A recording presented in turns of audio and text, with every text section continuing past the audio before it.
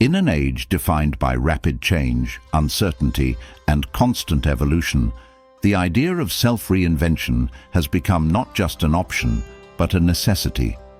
Whether driven by career changes, personal challenges, or a desire to grow, the process of transformation is central to navigating modern life. The world we live in, with its fast-paced innovations and ever-shifting social dynamics, demands that we adapt. But beyond mere adaptation lies something far more profound: the opportunity to redefine who we are, what we stand for, and how we engage with the world.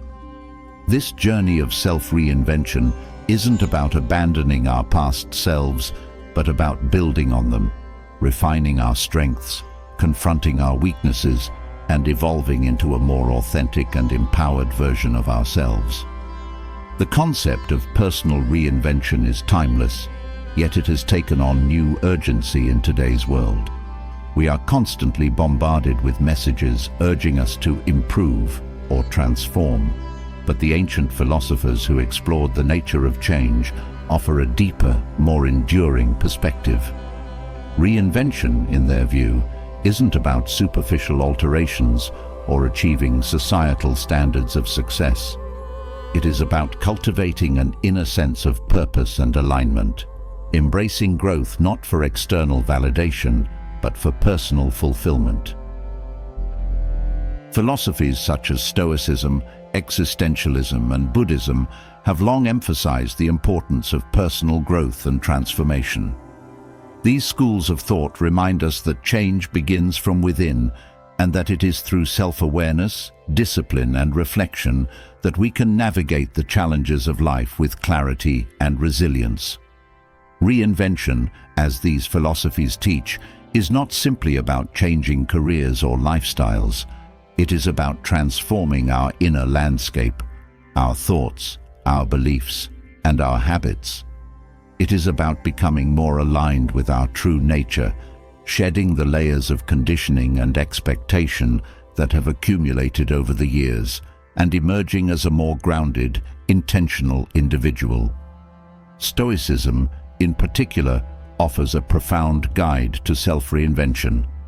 At its core, Stoicism teaches that while we cannot control the external world, we have complete control over our reactions, decisions, and internal state. This focus on personal responsibility and inner strength is key to lasting transformation.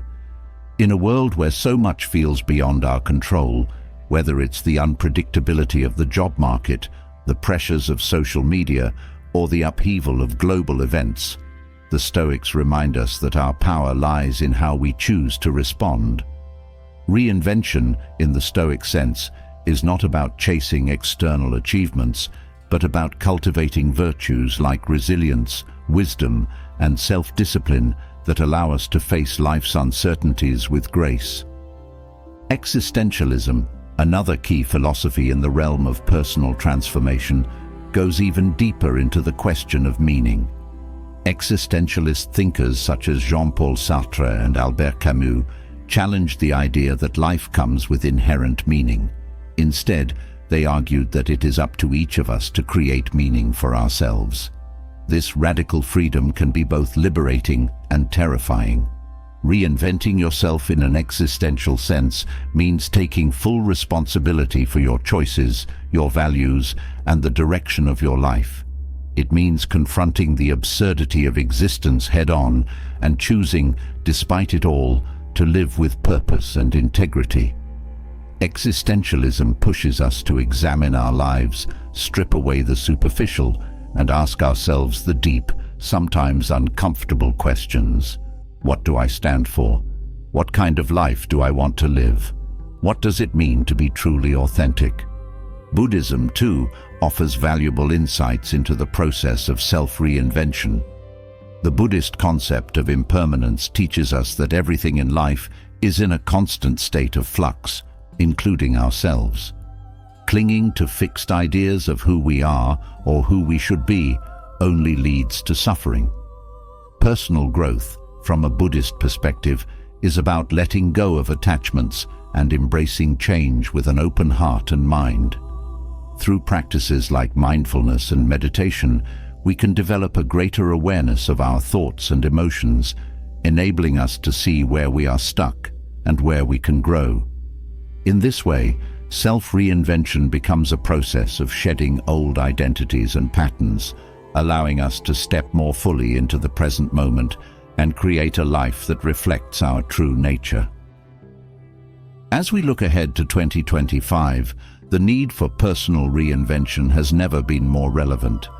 The world is changing at an unprecedented pace, and the demands placed upon us, both personally and professionally, are greater than ever before. But rather than seeing this as a source of stress or anxiety, we can choose to see it as an opportunity for growth. The wisdom of ancient philosophies, combined with modern understanding, provides a roadmap for navigating this journey of self-transformation. Whether through the disciplined mindset of Stoicism, the existential quest for meaning, or the mindful acceptance of Buddhism, the path to reinvention is one that empowers us to take control of our lives, align with our deepest values, and embrace the future with confidence and clarity. In the chapters that follow, we will explore these ancient philosophies in more depth, examining how they can be applied to our modern lives and goals. The wisdom of the Stoics, the existentialists, and other great thinkers offers not just abstract ideas, but practical tools for reinventing yourself in a way that is meaningful, sustainable, and aligned with your true purpose. The journey to self-reinvention is not a one-time event, but a lifelong process. And as we embrace this process, we become not only stronger and more resilient, but also more attuned to the deeper currents of life that guide us toward our true potential. At the heart of Stoicism lies a set of principles that offer profound guidance for personal growth. These principles, virtue, wisdom, and resilience, form the foundation of the Stoic way of life, and they are as relevant today as they were in ancient times. To understand how Stoicism can help you grow and transform, it's essential to delve into these core concepts and see how they can be applied to your own life. Virtue, in Stoic philosophy, is the highest good. For the Stoics, living a virtuous life meant aligning your actions with moral principles such as honesty, courage, justice, and integrity. But virtue is not just about adhering to a set of ethical rules. It's about developing a deep sense of inner character that guides your decisions and actions. In modern life, where the lines between right and wrong can often seem blurred, cultivating virtue provides a clear compass. It allows you to act in a way that is consistent with your values, even when external pressures or temptations might pull you in other directions. Personal growth, in the Stoic sense, begins with this commitment to living according to virtue, regardless of the circumstances. Wisdom, another central tenet of Stoicism, is the ability to see things clearly and understand what is within your control and what is not. This distinction is crucial for personal growth. As Epictetus famously said, some things are in our control and others are not. The Stoics taught that by focusing on what you can control, your thoughts, actions, and attitudes, you free yourself from the frustration and anxiety that come from trying to control the uncontrollable. In modern life, this principle is incredibly powerful. So much of our stress comes from worrying about things we cannot change, other people's opinions, the outcome of events, or the state of the world. By practicing wisdom, you learn to let go of these concerns and direct your energy toward what you can influence, your own behavior and mindset. Resilience is the third pillar of Stoic philosophy, and perhaps the most important when it comes to personal growth. Life is filled with challenges, setbacks, and difficulties, and the ability to endure these hardships with strength and grace is a hallmark of Stoic resilience. The Stoics believed that adversity is not something to be avoided, but something to be embraced. As Seneca wrote, Fire is the test of gold, adversity of strong men. Challenges in the Stoic view are opportunities for growth. They allow you to test your character, build your strength, and cultivate the inner fortitude needed to navigate life's trials. Resilience is not about denying the pain or difficulty of life's challenges, but about facing them with courage and perseverance. These three principles, virtue, wisdom, and resilience, are the foundation of personal growth in Stoic philosophy. By cultivating these qualities, you create a strong inner core that enables you to face life's challenges with clarity and strength. The Stoics believed that true growth comes not from external achievements, but from internal mastery. It is through the practice of virtue, the pursuit of wisdom, and the development of resilience that you become the best version of yourself. Epictetus, Seneca, and Marcus Aurelius, the three most influential Stoic thinkers, each contributed unique insights to this philosophy. Epictetus, a former slave, taught that freedom is not about external circumstances, but about mastering your mind. His teachings emphasize the importance of focusing on what you can control and letting go of the rest. Seneca, a Roman statesman and philosopher, wrote extensively about the importance of resilience and the value of embracing adversity as a path to personal growth. Marcus Aurelius, the Roman emperor, reflected deeply on the nature of leadership, responsibility, and the fleeting nature of life in his personal writings, which later became known as Meditations.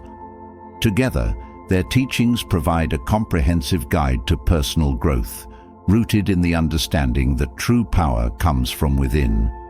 By focusing on what you can control, living according to virtue, and developing resilience, you can navigate life's challenges with greater ease and clarity.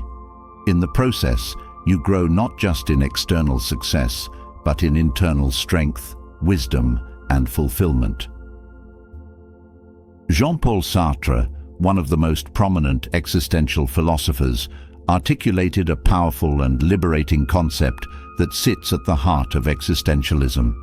Existence precedes essence.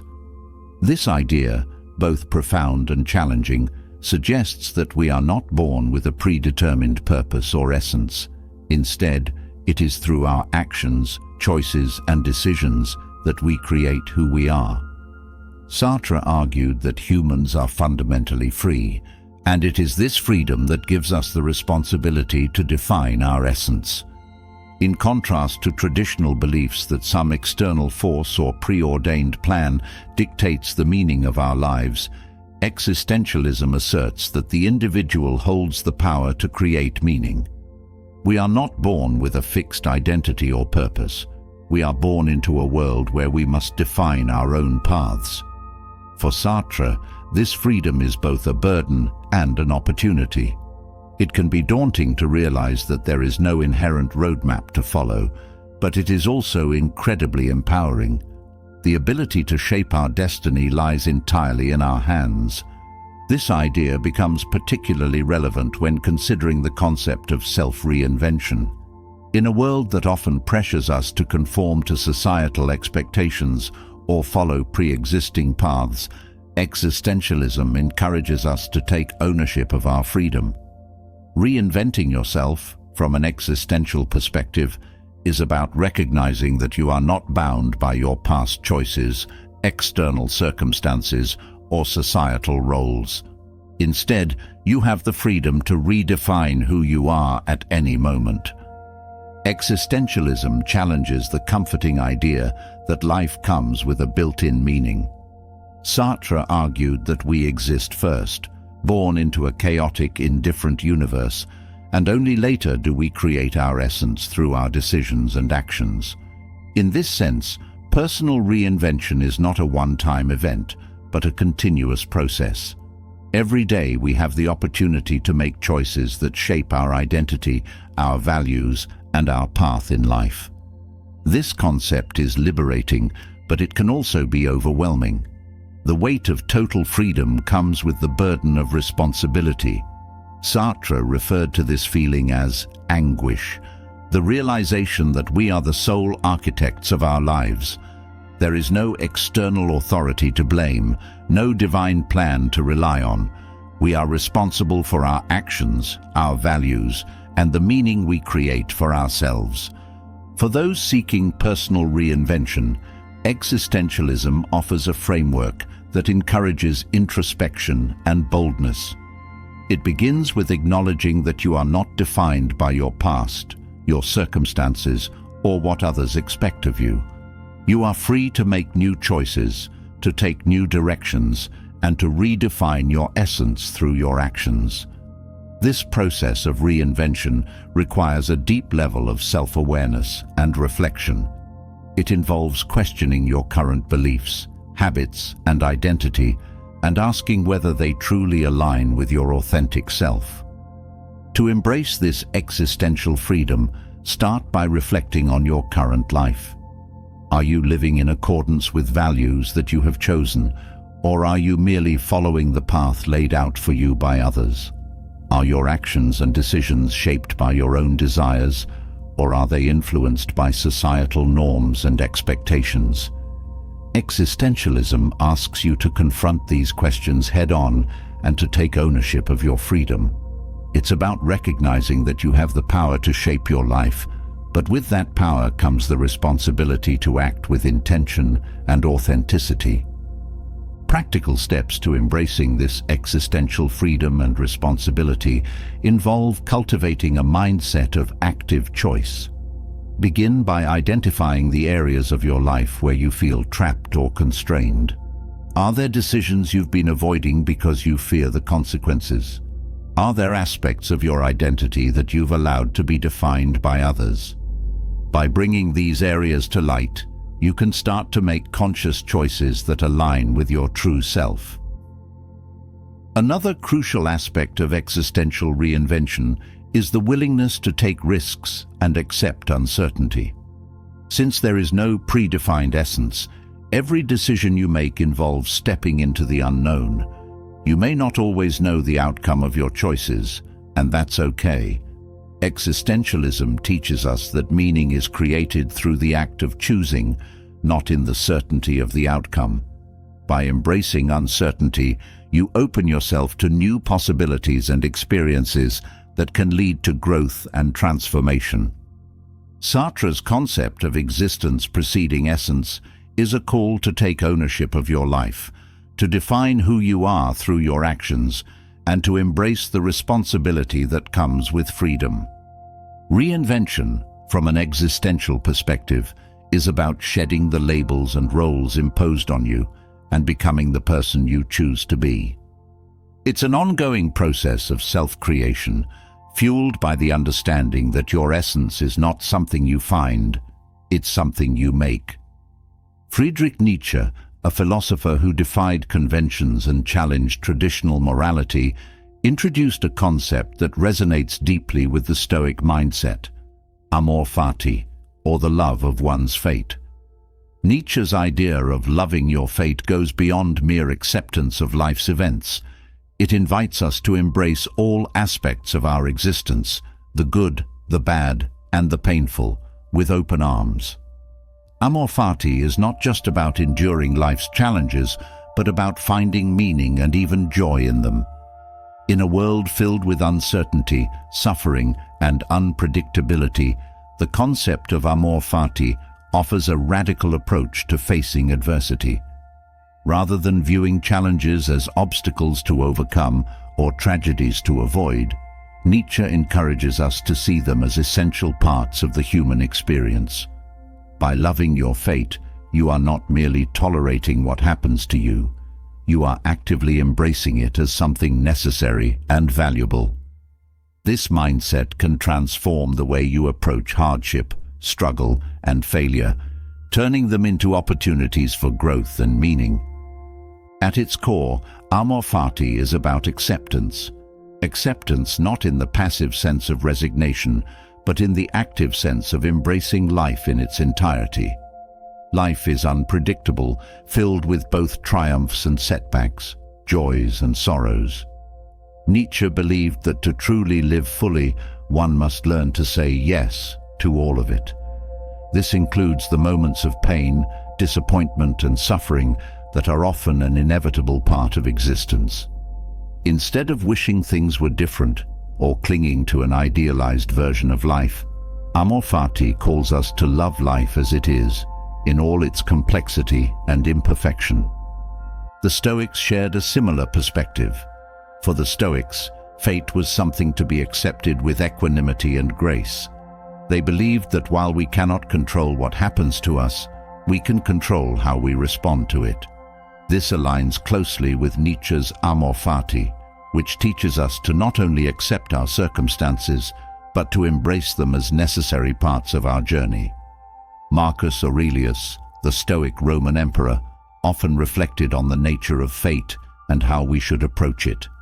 In his Meditations, he wrote, "Love only what happens to you and is woven into the pattern of your destiny, for what could more aptly fit your needs?" This sentiment captures the essence of Amor Fati, that everything we experience, no matter how difficult, is woven into the fabric of our destiny. It is not something to be resisted, but something to be embraced as part of the larger picture of our lives. This mindset can be incredibly powerful when facing adversity. Rather than fighting against the inevitable or resenting the challenges that life throws at us, Amor Fati encourages us to see those challenges as opportunities for growth and self-discovery. When we adopt this perspective, we stop viewing hardship as something to be feared or avoided. Instead, we start to see it as an essential part of the human experience, one that can shape us into stronger, wiser, and more resilient individuals. To cultivate Amor Fati in your own life, begin by practicing acceptance in the face of difficulty. When challenges arise, instead of immediately reacting with frustration, anger, or resistance, take a step back and reflect on how these experiences might contribute to your growth. Ask yourself, what can I learn from this situation? How can this challenge help me become a better, stronger version of myself? By shifting your perspective in this way, you transform adversity into a tool for personal development. Another practical way to embrace Amor Fati is to practice gratitude for all experiences, not just the positive ones. Gratitude is often associated with counting your blessings or appreciating the good things in life, but true gratitude extends to the challenges and setbacks as well. When you can express gratitude for the difficult moments, for the pain, the failure, the uncertainty, you open yourself up to a deeper level of acceptance and understanding. These experiences, after all, are what shape your character and build your resilience. Amor Fati also teaches us to let go of the need for control. Much of our suffering comes from the desire to control outcomes, to ensure that life goes according to our plans. But the reality is that life is unpredictable, and trying to control everything only leads to frustration and disappointment. By embracing the idea of Amor Fati, you learn to release this need for control and instead trust that whatever happens is part of your journey. This doesn't mean you stop striving for your goals or taking action. It simply means that you approach life with an attitude of openness and acceptance, knowing that whatever comes your way, you have the strength to face it. Nietzsche's concept of Amor Fati, much like Stoicism, invites us to find meaning in every experience, to love our fate no matter what it brings. It is a call to embrace life in its entirety, to see the value in both joy and suffering, and to approach adversity with courage and acceptance. In doing so, we not only transform the way we face challenges, but also deepen our connection to life itself.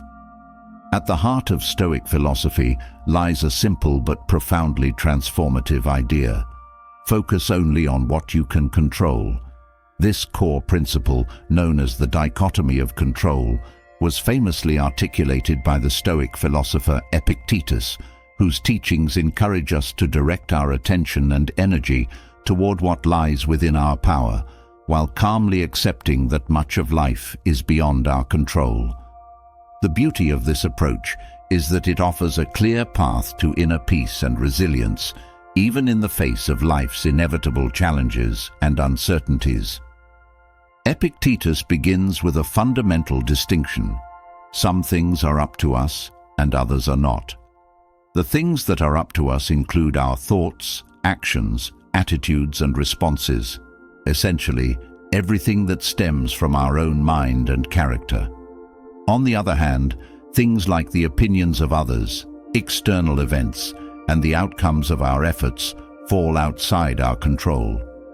By making this distinction, we can liberate ourselves from the frustration, anxiety, and stress that arise when we attempt to control the uncontrollable.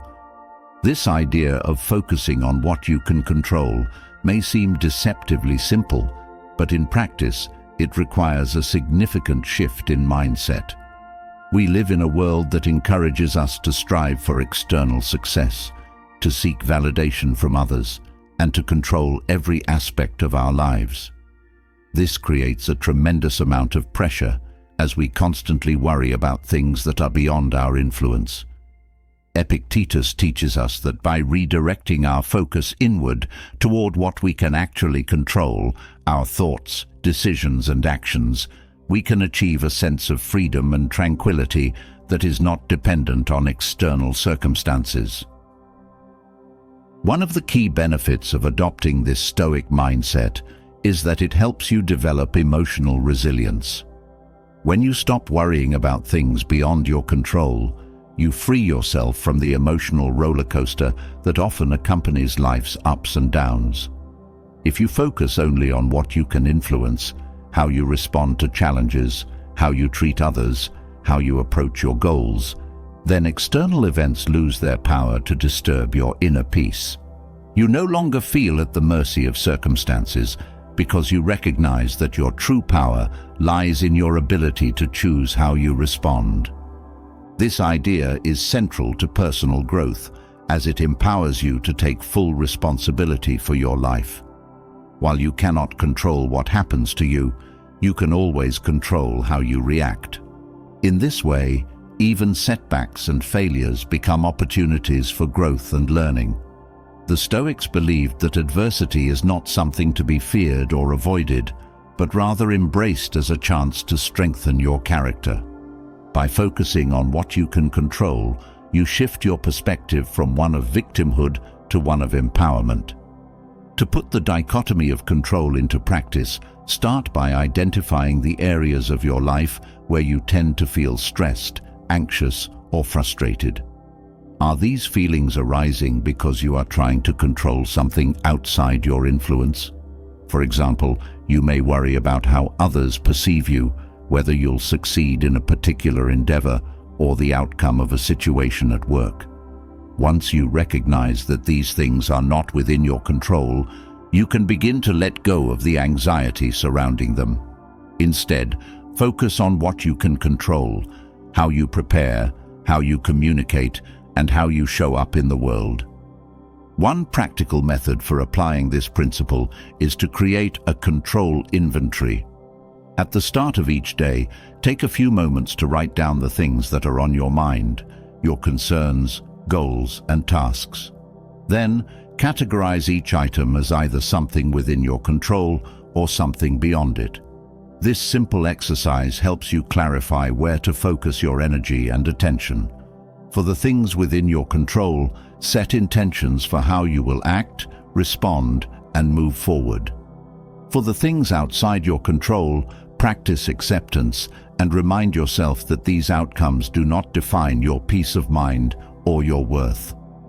Another powerful tool in Stoic practice is the use of affirmations to reinforce this mindset. Throughout your day, when faced with challenges or uncertainties, repeat to yourself, "This is outside of my control. My power lies in how I respond." By internalizing this affirmation, you train your mind to release attachment to external events and instead focus on what you can control, your actions, attitudes, and reactions.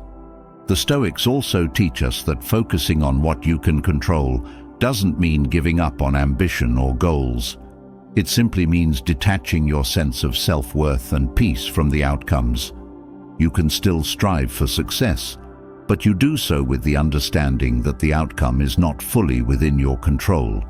Your role is to give your best effort, to act with integrity and wisdom, and to accept whatever happens as part of the natural flow of life. This mindset allows you to pursue your goals with passion and commitment, but without the anxiety that comes from trying to control the uncontrollable. In sum, the dichotomy of control is a powerful Stoic practice that can radically transform the way you approach life. By focusing only on what you can control, you free yourself from the burden of trying to manage things that are inherently beyond your influence. This not only leads to greater emotional resilience, but also fosters a deep sense of inner peace and empowerment. You become less reactive to external events, more grounded in your own values and actions, and more capable of navigating life's challenges with grace and equanimity. Albert Camus, the French philosopher and novelist, introduced a concept that aligns closely with Stoic resilience, yet offers a distinct perspective on life's inherent meaninglessness. His philosophy, often associated with existentialism, centers around the idea of the absurd, the conflict between our human desire for meaning and the universe's indifference to our quest. In his famous work, The Myth of Sisyphus, Camus presents a striking image of the absurd hero, Sisyphus, condemned by the gods to an eternity of rolling a boulder up a hill, only to watch it roll back down every time he nears the summit. For Camus, Sisyphus symbolizes the human condition. We strive for meaning, for purpose, for order in a universe that offers none. And yet, rather than succumbing to despair, Sisyphus chooses to embrace his fate. He finds joy in the struggle itself, in the act of pushing the boulder despite the futility of the task. This, for Camus, is the essence of rebellion against life's absurdity, to acknowledge the meaninglessness of existence and to create meaning through our own choices and actions. Camus' philosophy of the absurd invites us to confront the uncomfortable truth that life has no inherent purpose. This can be a disorienting realization, but it also opens the door to a profound kind of freedom. If life has no predetermined meaning, then we are free to create our own. We are not bound by societal expectations or traditional notions of success. Instead, we are free to define our values, our purpose, and our identity on our own terms. The key to navigating this existential freedom lies in embracing the struggle. Like Sisyphus, we must come to terms with the fact that much of life's meaning comes from the act of striving itself, rather than from any external reward or final achievement. In The Myth of Sisyphus, Camus writes, "One must imagine Sisyphus happy. This happiness does not come from the illusion of success, but from the recognition that the struggle is what gives life its richness and depth." To apply Camus's philosophy to your own life, start by acknowledging the absurdity of existence. Life is unpredictable, chaotic, and often unfair. There is no grand design or guaranteed outcome, but rather than seeing this as a reason for despair, view it as an invitation to create your own meaning. This is the ultimate act of rebellion against life's meaninglessness, to take responsibility for your life, your choices, and your identity, even in the face of uncertainty.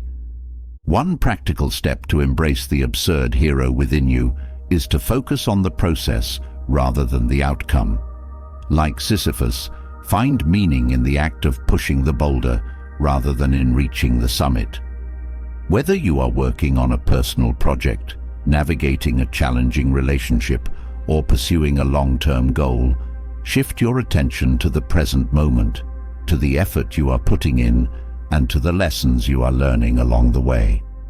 The outcome may be uncertain, but the value lies in the struggle itself. Camus also encourages us to find joy in the small moments of life, even amidst chaos. In a world that offers no guarantees, it is the simple, everyday experiences, sharing a meal with a friend, feeling the warmth of the sun, or engaging in meaningful work, that provide a sense of fulfillment. By cultivating gratitude for these moments, you reclaim your agency in crafting a life that is rich in meaning, even in the face of life's inherent absurdity. Ultimately, Camus' philosophy of the absurd invites us to take ownership of our lives, to accept the meaninglessness of existence, and to find joy in the struggle itself. It is a call to live fully, to rebel against despair, and to create meaning where none exists. In doing so, we become the absurd hero, capable of facing life's chaos with courage, resilience, and a deep sense of personal responsibility. Erich Fromm, a German social psychologist and philosopher, introduced a compelling view of self-love that contrasts sharply with the negative connotations often associated with selfishness. In his seminal work, The Art of Loving, Fromm emphasized that self-love is not synonymous with selfishness. Rather, it is the foundation of all love. He believed that to love others, one must first cultivate a healthy and balanced sense of self-love. This idea is crucial for anyone embarking on the journey of reinvention, as it underscores the importance of caring for oneself in order to grow and thrive. Fromm's distinction between self-love and selfishness lies at the heart of this discussion. Self-love, in his view, is an affirmation of one's own worth. It is the ability to nurture, respect, and care for oneself in a healthy way, without diminishing the care and respect given to others. In contrast, selfishness is a preoccupation with oneself at the expense of others, a disregard for the well-being and needs of those around you. Fromm argued that true self-love leads to the opposite of selfishness. It fosters generosity, empathy, and the capacity to genuinely love others. In the context of personal reinvention, learning to cultivate self-love is essential. Reinventing yourself requires energy, focus, and resilience, all of which are nurtured by a strong foundation of self-care. However, in modern society, self-care is often conflated with indulgence or seen as selfish. Many people, especially those who are caregivers or highly empathetic, struggle with guilt when they prioritize their own needs. Fromm's philosophy offers a way to reframe this. Caring for yourself is not selfish. It is necessary. Without adequate self-care, you cannot show up fully for others, nor can you grow into the person you aspire to be. To practice self-love without guilt, it's important to differentiate between healthy self-care and destructive selfishness. Self-care involves actions that support your physical, emotional, and mental well-being. This could be as simple as setting aside time each day for reflection, or as essential as establishing boundaries with people who drain your energy. On the other hand, selfishness disregards others' needs entirely and often leads to actions that harm relationships or communities. The key is balance. A practical way to begin cultivating self-love is through daily affirmations and self-reflection. Take a few moments each morning to acknowledge your worth and affirm your commitment to self-care. Remind yourself that taking care of your needs is a prerequisite for showing up fully in your relationships, work, and personal growth. This mental shift can help you approach self-love not as an indulgence, but as a vital part of your well-being. Fromm also believed that self-love requires discipline and responsibility. It's not about indulging every whim or avoiding discomfort. Instead, it involves making choices that align with your long-term well-being, even when they require effort or sacrifice. This could mean sticking to a routine that supports your mental and physical health, saying no to commitments that overwhelm you, or engaging in activities that help you grow, even if they are challenging. By viewing self-love through the lens of discipline, you can shift from seeing it as selfish to understanding it as a form of self-respect. Another important aspect of healthy self-love is setting boundaries. Boundaries are a way of communicating your needs and protecting your energy. They allow you to take responsibility for your well-being without feeling guilty for saying no or for prioritizing your health. Boundaries are especially important in relationships, where the lines between self-love and selfishness can become blurred. Fromm's teachings encourage us to set boundaries not to exclude others, but to create a space where both we and others can flourish. It's also useful to incorporate regular self-care rituals that reinforce self-love. These can be small, intentional acts such as journaling, practicing mindfulness, or engaging in a creative hobby. These activities help you connect with yourself, nurture your inner life, and reinforce the idea that your well-being is worth the investment. Fromm's ideas encourage a holistic approach to self-love, one that includes emotional, intellectual, and even spiritual self-care. The journey of reinvention is demanding, and it's easy to lose sight of your own needs along the way. But Fromm's perspective reminds us that self-love is not just an add-on, it's the foundation of personal growth. Without it, the process of change becomes unsustainable.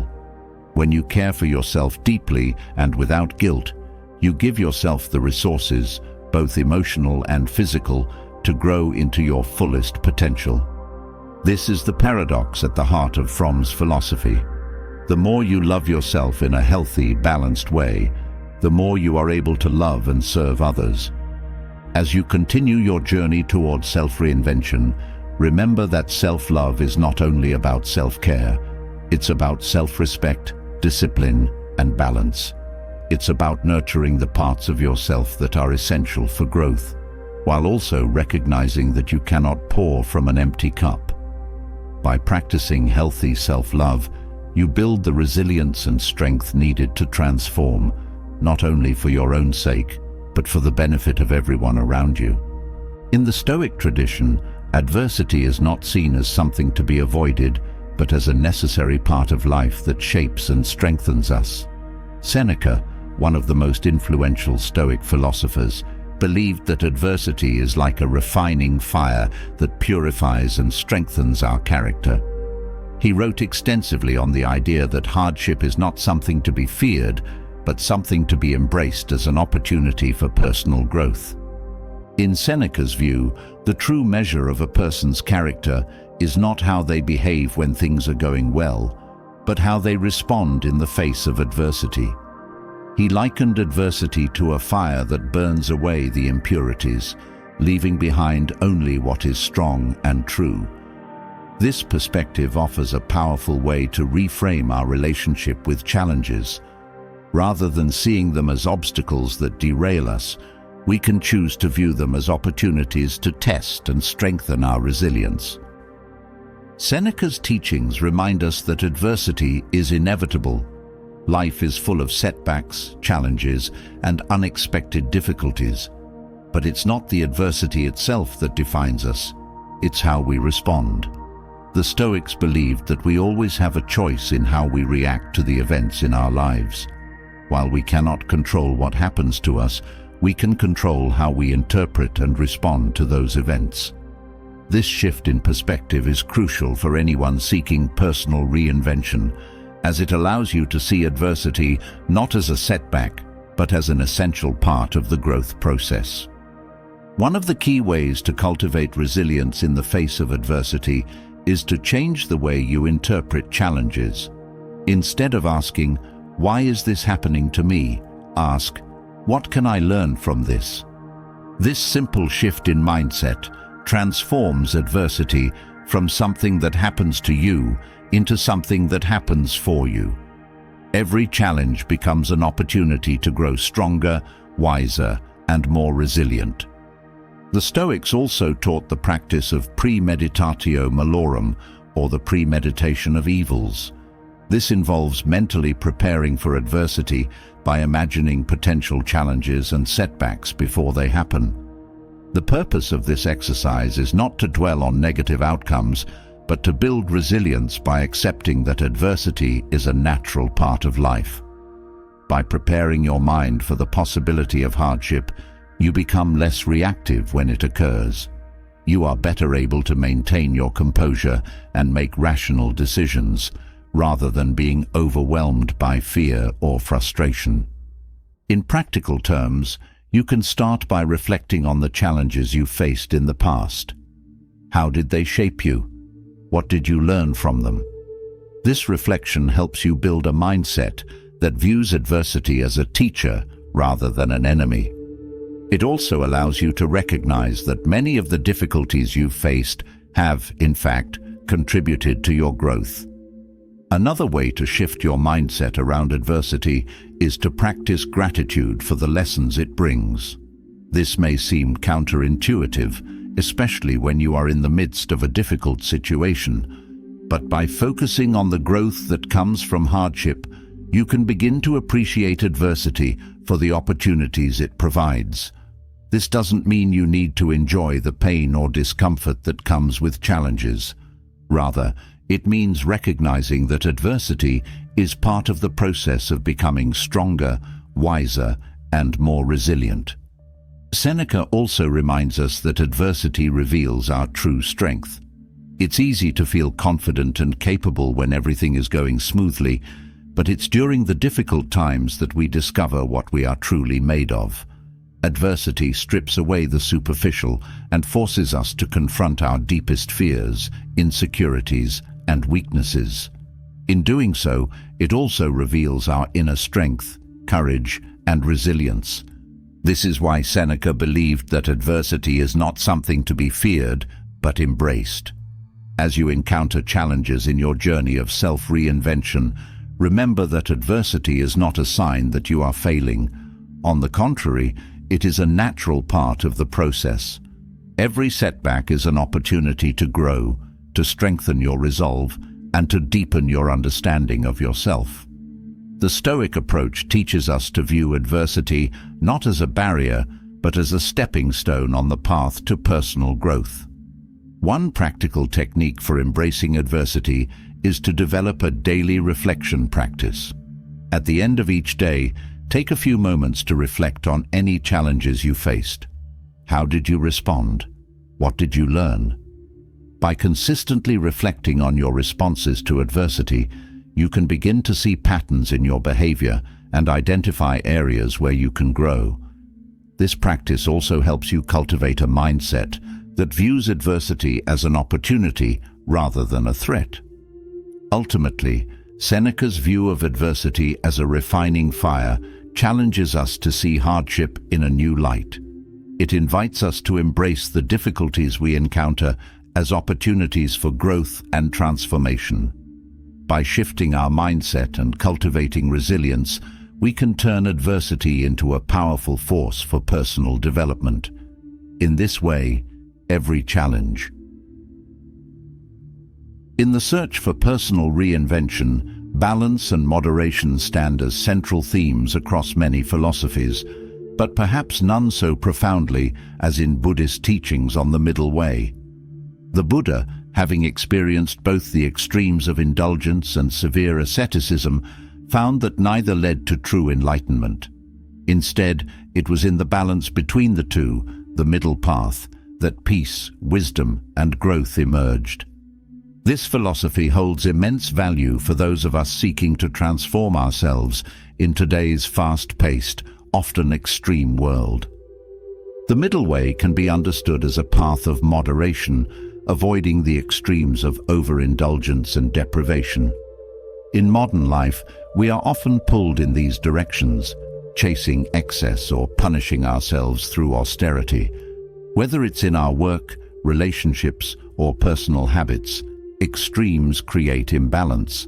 On one hand, we may indulge in excesses of consumption, pleasure, or ambition, which leave us feeling empty and disconnected from our true selves. On the other hand, extreme self-denial can isolate us from joy, from connection, and even from the sense of purpose that fuels personal growth. The middle way offers a path to harmony, one where the cultivation of wisdom, mindfulness, and self-compassion leads to a sustainable, fulfilling life. When seeking personal reinvention, balance is essential. Transformation is not about swinging from one extreme to another, but about integrating all aspects of your life, work, play, rest, relationships, into a harmonious whole. In Buddhist philosophy, the middle way is not just a theoretical concept, but a practical guide to daily living. It asks us to examine our thoughts, actions, and desires, and to find a place of moderation. In the context of self-transformation, this means recognizing that growth and change are not about denying yourself pleasure or pushing yourself to the breaking point. It's about fostering a disciplined yet compassionate approach to life. One way to apply the middle way to personal transformation is to examine the extremes in your own life. Where are you overindulging?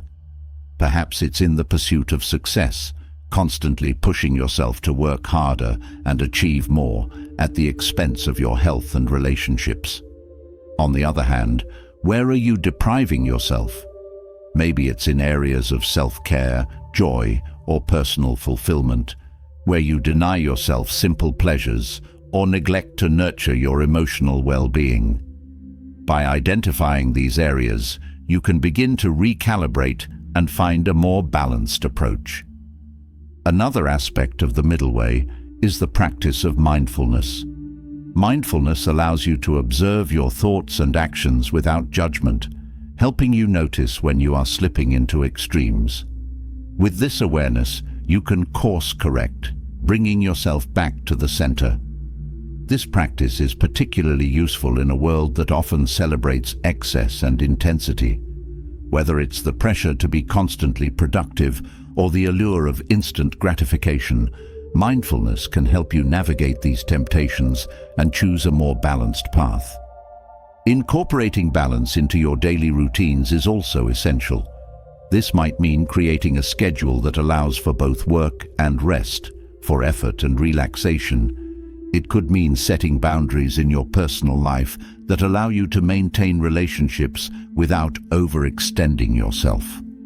The middle way teaches that true transformation does not come from exhausting yourself, but from finding sustainable rhythms that nourish your growth. Meditation and reflective practices can also support you in maintaining balance. By regularly taking time to sit quietly, reflect on your life, and assess whether you are walking the middle path, you can make adjustments as needed.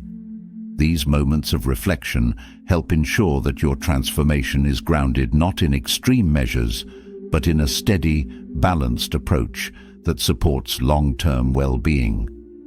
Buddhism's middle way is not about avoiding challenges or discomfort, but about approaching life with equanimity.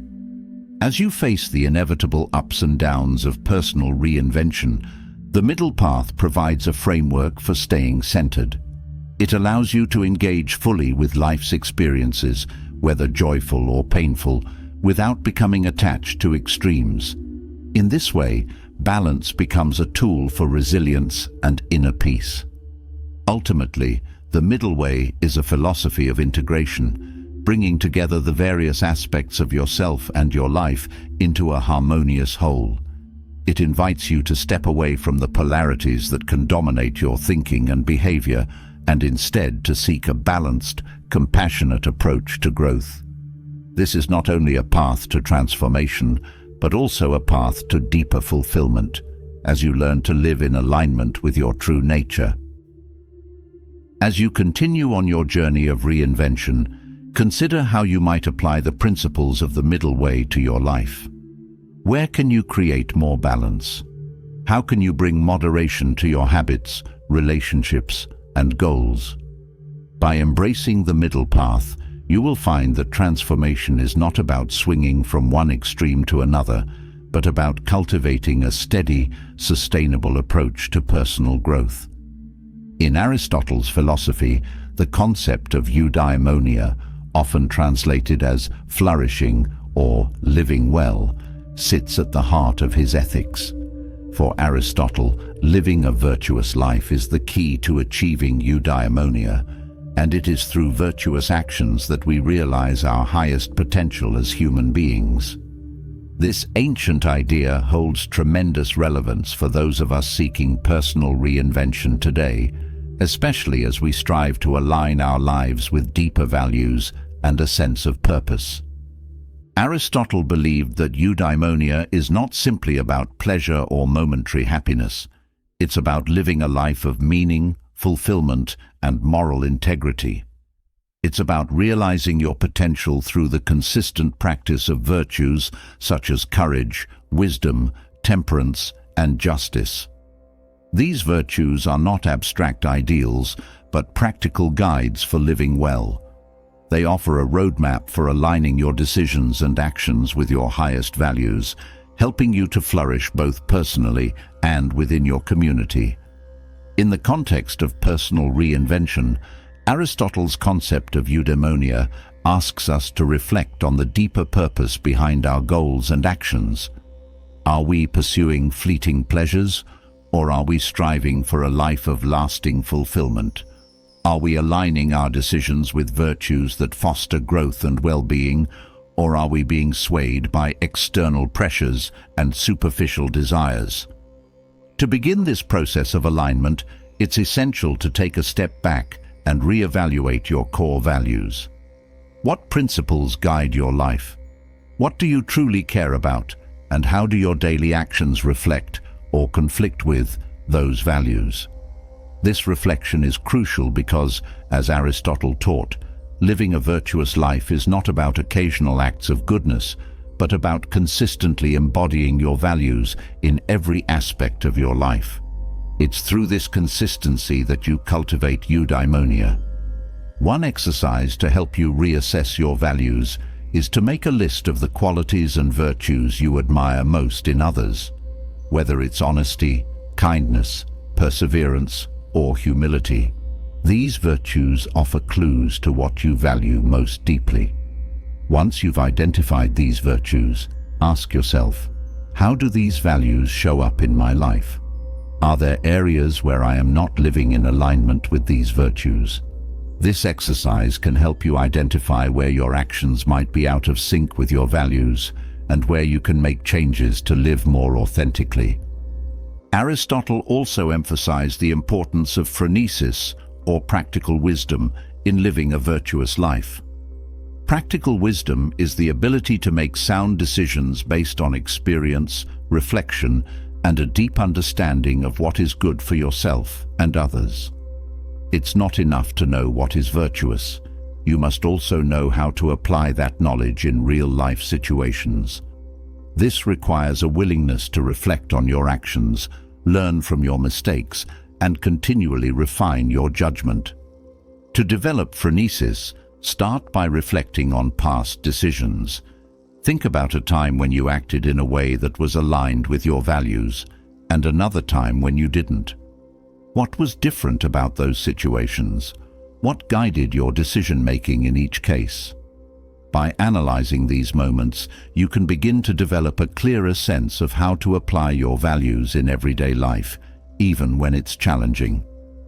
Another key aspect of Aristotle's philosophy is the idea that eudaimonia is not achieved in isolation. For Aristotle, flourishing is deeply connected to community and relationships. Virtue is not just about personal growth, it's about contributing to the well-being of others.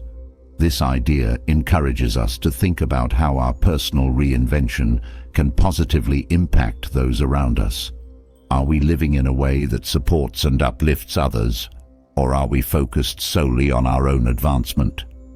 In practical terms, this might mean reevaluating your relationships and considering how you can bring more virtue into your interactions. Are you practicing kindness and patience with those around you? Are you contributing to your community in meaningful ways? By aligning your personal growth with the well-being of others, you create a sense of purpose that extends beyond yourself, fostering deeper fulfillment. Finally, Aristotle's concept of eudaimonia reminds us that personal reinvention is not a one-time event, but a lifelong process. Virtue is something we cultivate over time through consistent effort and reflection. There will be setbacks, challenges, and moments of doubt, but these are all part of the journey. The key is to remain committed to living in alignment with your values, knowing that each step you take toward virtue brings you closer to a life of true flourishing. As you move forward into 2025, take time to reflect on your values and how they align with your goals. Ask yourself, what kind of person do I want to become? How can I live more fully in accordance with my values? By engaging in this process of self-reflection and aligning your actions with the virtues you admire, you can begin to cultivate eudaimonia, a life of meaning, fulfillment, and lasting growth. In this way, Aristotle's ancient wisdom offers a powerful guide for modern life. It teaches us that personal reinvention is not just about achieving external success, but about living with integrity, purpose, and virtue. By striving for eudaimonia, you create a life that is not only successful in the traditional sense, but deeply fulfilling and aligned with your highest self. In the quest for personal growth and reinvention, one of the most powerful yet often overlooked tools is the practice of daily reflection. This habit, championed by the Stoics, serves as a daily check-in to assess thoughts, actions, and overall progress on the journey to self-improvement. For Marcus Aurelius, the great Roman emperor and Stoic philosopher, nightly reflection was an essential practice. In his meditations, he would review his day, questioning his decisions, examining his emotions, and considering how well he lived in alignment with his values. This habit, though ancient, is incredibly relevant today for anyone looking to reinvent themselves in a meaningful and sustainable way. Daily reflection is about much more than simply recounting what happened in your day. It's an opportunity to engage in a deeper level of self-awareness, to confront your thoughts and actions honestly, and to identify areas for improvement. The goal is not to indulge in guilt or self-criticism, but to assess your behavior with compassion and clarity. Reflection allows you to course-correct, to ensure that you are living according to the principles and values that you aspire to embody. For Marcus Aurelius, this process of nightly reflection was a way to stay grounded amidst the pressures of ruling an empire. No matter how chaotic or demanding the day had been, he would always return to himself, questioning, did I act with virtue today? Was I patient, kind, and just? Did I let anger or fear control my actions? These are questions we can all ask ourselves in our own lives, whether we are leading a team, managing a household, or simply navigating the challenges of daily existence. The Stoic principle of self-assessment helps us stay aligned with our higher goals and values, preventing us from being swept away by external circumstances. To integrate this practice into your life, consider setting aside time each evening for reflection. It doesn't have to be a long, drawn-out process. Just a few minutes of quiet introspection can make a profound difference. The key is to be consistent. Whether you prefer to write in a journal or simply sit in silence, the act of consciously reviewing your day will help you maintain focus on your personal growth. One of the most effective ways to engage in daily reflection is through journaling. Writing down your thoughts and experiences forces you to articulate your emotions and decisions, making them more tangible and easier to analyze. Here are a few journaling prompts inspired by Stoic philosophy to help guide your reflections. 1. What did I do well today?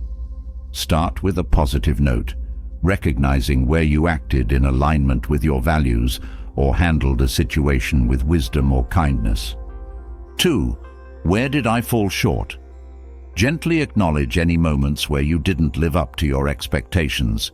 This isn't about beating yourself up, but about identifying areas for growth.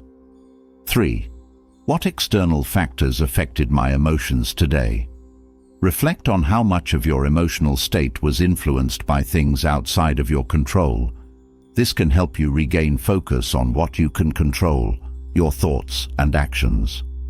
4. What can I do better tomorrow?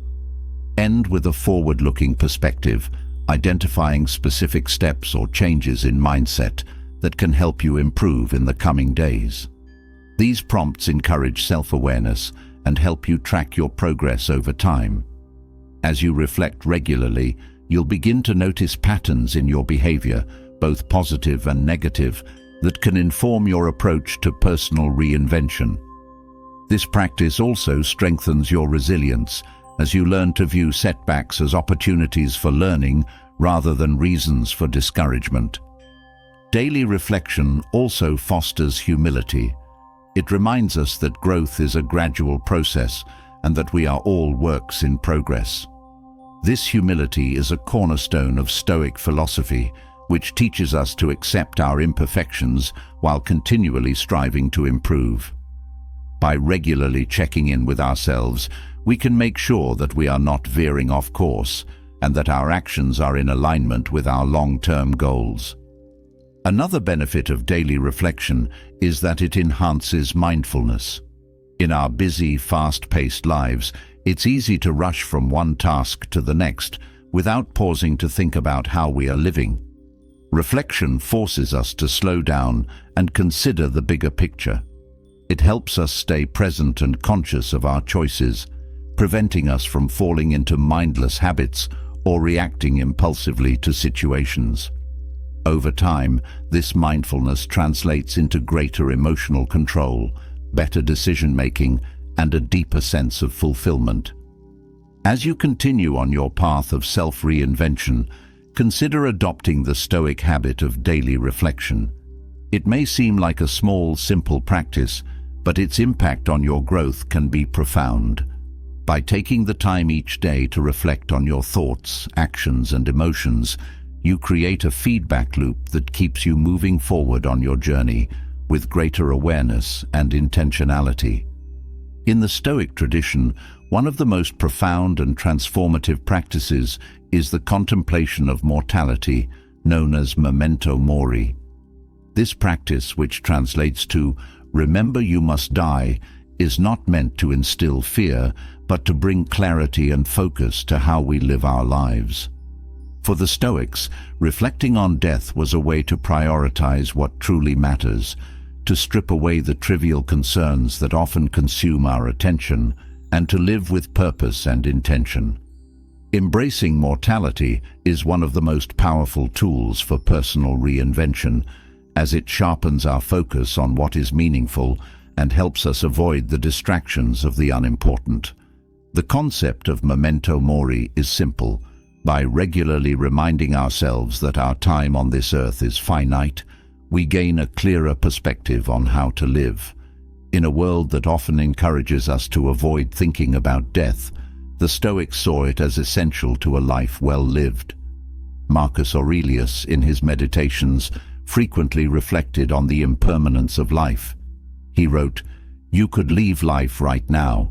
Let that determine what you do and say and think." For him, acknowledging death was not morbid, but liberating. It freed him to focus on what truly mattered, to act with integrity, and to avoid wasting time on trivial pursuits. In our modern world, where distractions abound and the pace of life is relentless, the practice of memento mori offers a way to regain control over our time and attention. It helps us cut through the noise and focus on the things that are truly important: our relationships, our personal growth, and our contributions to the world. By meditating on death, we are reminded that life is fleeting and that every moment is precious. One of the most powerful aspects of memento mori is that it shifts our perspective on what constitutes success. In a culture that often equates success with wealth, fame, or achievement, Contemplating death reminds us that these things are temporary. No matter how much we accumulate, we cannot take it with us. This realization encourages us to focus on the deeper, more lasting forms of fulfillment, living according to our values, cultivating meaningful relationships, and contributing to something greater than ourselves. To integrate memento mori into your daily life, consider incorporating simple meditative techniques that help you reflect on life's impermanence. One approach is to begin your day by reminding yourself that this could be your last. As you wake up, take a moment to reflect on the fact that life is uncertain and that today is a gift. This practice can help you approach the day with gratitude and purpose, focusing on what truly matters rather than getting caught up in trivial concerns. Another method is to use physical reminders of mortality. Some people carry a coin or a piece of jewelry engraved with the words memento mori as a daily reminder to live fully and authentically. Others place images or symbols of death in their home or workspace as a way to stay mindful of life's impermanence. These reminders can serve as touchstones throughout the day, helping you stay grounded and focused on your higher purpose. Meditating on death can also help you cultivate a sense of urgency in your personal growth. When we acknowledge that our time is limited, we are less likely to procrastinate or put off important changes. We are more motivated to take action, to pursue our goals, and to live in alignment with our values.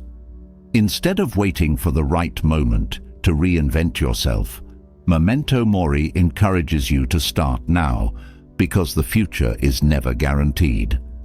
In addition to bringing focus and clarity to your life, the practice of memento mori also fosters resilience. When we come to terms with the inevitability of death, we are less afraid of life's challenges. We realize that hardship, loss, and adversity are all part of the human experience, and that ultimately these difficulties pale in comparison to the finality of death.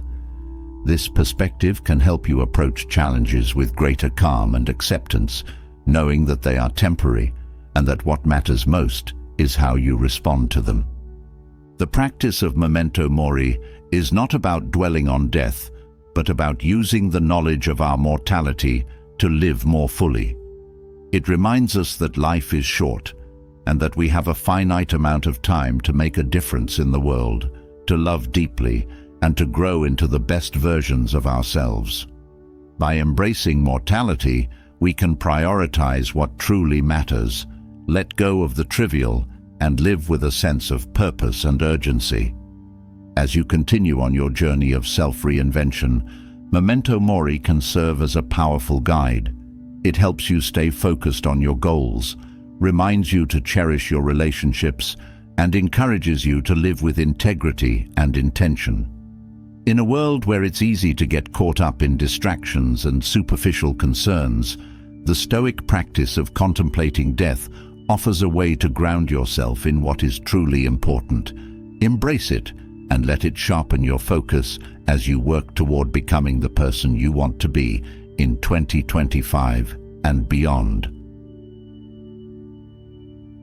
In the pursuit of a meaningful and fulfilling life, one of the most powerful frameworks for understanding purpose comes from Viktor Frankl, the renowned Austrian psychiatrist and Holocaust survivor.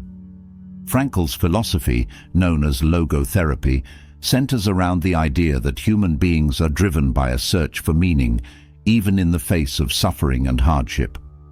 His profound insights on the role of purpose have been transformative for many, as they offer a way to find resilience, hope, and fulfillment even in the darkest of times.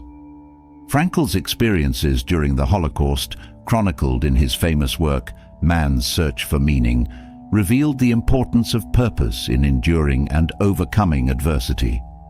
He observed that those who had a sense of purpose, something or someone to live for, were far more likely to survive the horrors of concentration camps than those who felt their lives lacked meaning.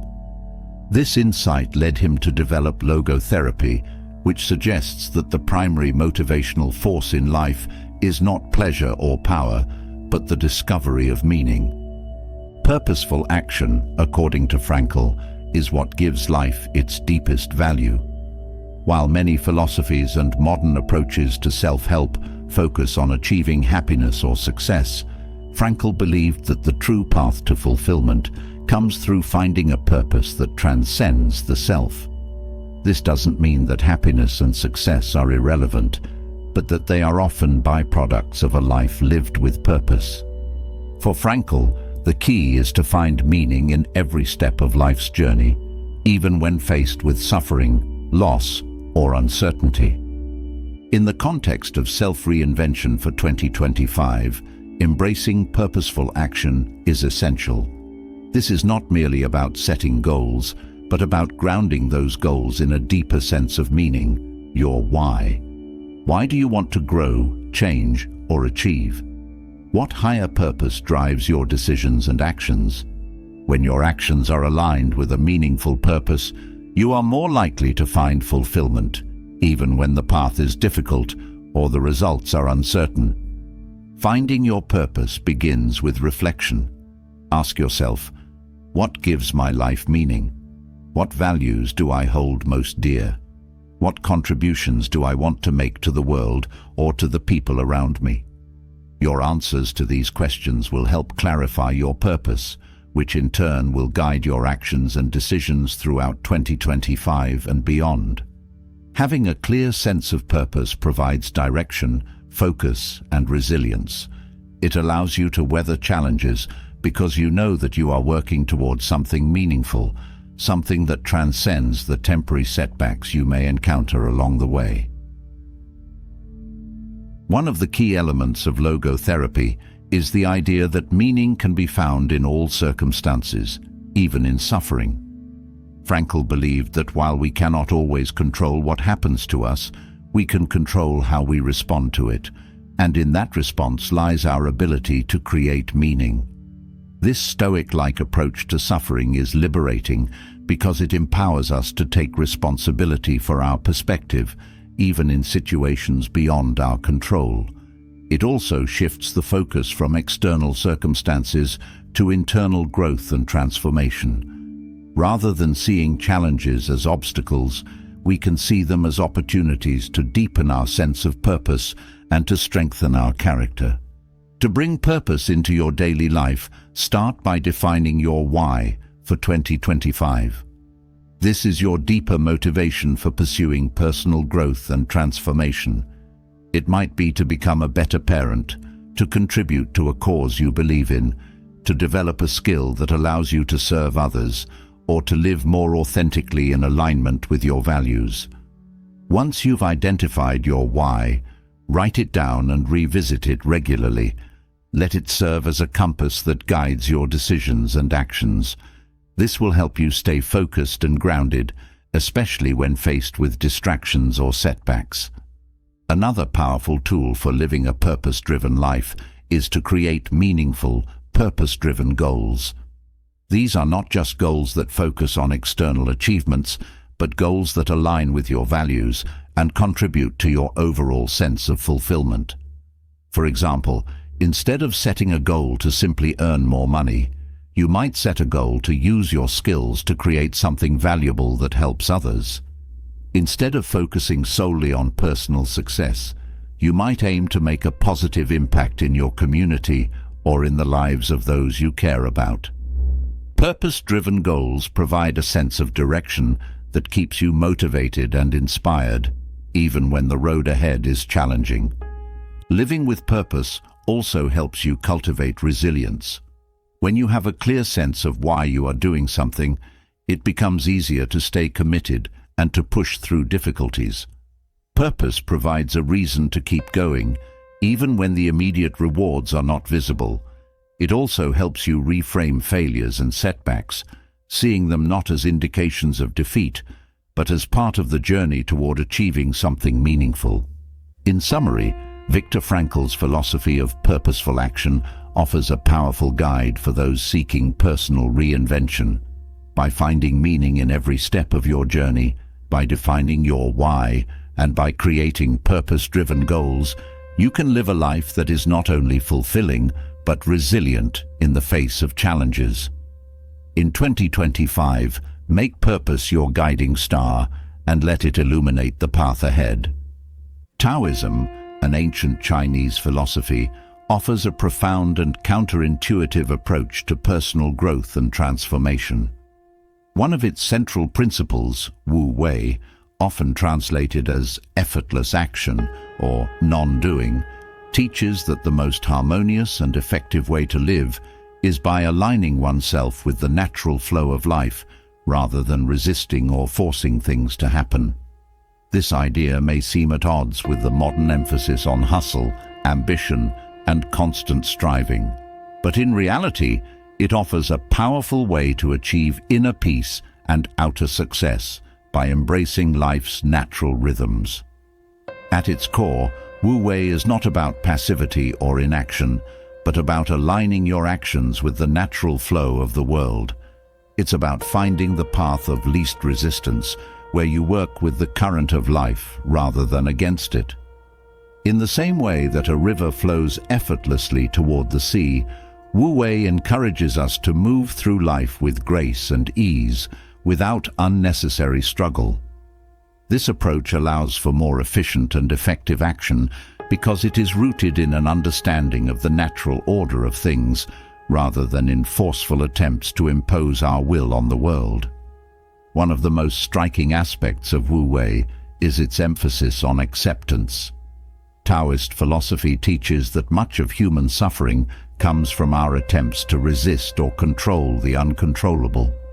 We struggle against the natural cycles of life, whether it's aging, change, or loss, and in doing so, we create unnecessary stress and frustration. Wu Wei invites us to let go of this resistance and to accept life as it is, with all its ups and downs. This doesn't mean giving up on growth or change, but rather approaching life with a sense of openness and flexibility, allowing things to unfold in their own time and way. To apply the principle of Wu Wei in your own life, begin by identifying areas where you are experiencing resistance. Are there situations where you are trying to force an outcome, where you feel like you are swimming upstream? This might be in your career, relationships, or personal development. Take a step back and ask yourself, is there a more natural, effortless way to approach this situation? Can I find a way to flow with life rather than pushing against it? One practical strategy for embracing Wu Wei is to cultivate patience. Many of us are accustomed to immediate results and become frustrated when things don't happen as quickly as we'd like. But nature has its own timing, and often growth and change take longer than we anticipate. By practicing patience and trusting the process, we can reduce our stress and allow things to unfold in their own time. This doesn't mean being passive, but rather being actively engaged in the process while remaining open to the timing and direction that life takes. Another key aspect of Wu Wei is the idea of balance. In Taoism, balance is seen as essential to harmony and well-being. When we are too focused on one aspect of life, whether it's work, achievement, or even self-improvement, we can become unbalanced and disconnected from the natural flow. Wu Wei encourages us to find balance by taking time for rest, relaxation, and reflection. This doesn't mean abandoning your goals or ambitions, but rather recognizing that rest and relaxation are essential parts of the process of growth. Just as a tree needs time to rest in winter before it can bloom in spring, we too need moments of stillness and restoration to fuel our personal transformation. Letting go of struggle is another important element of Wu Wei.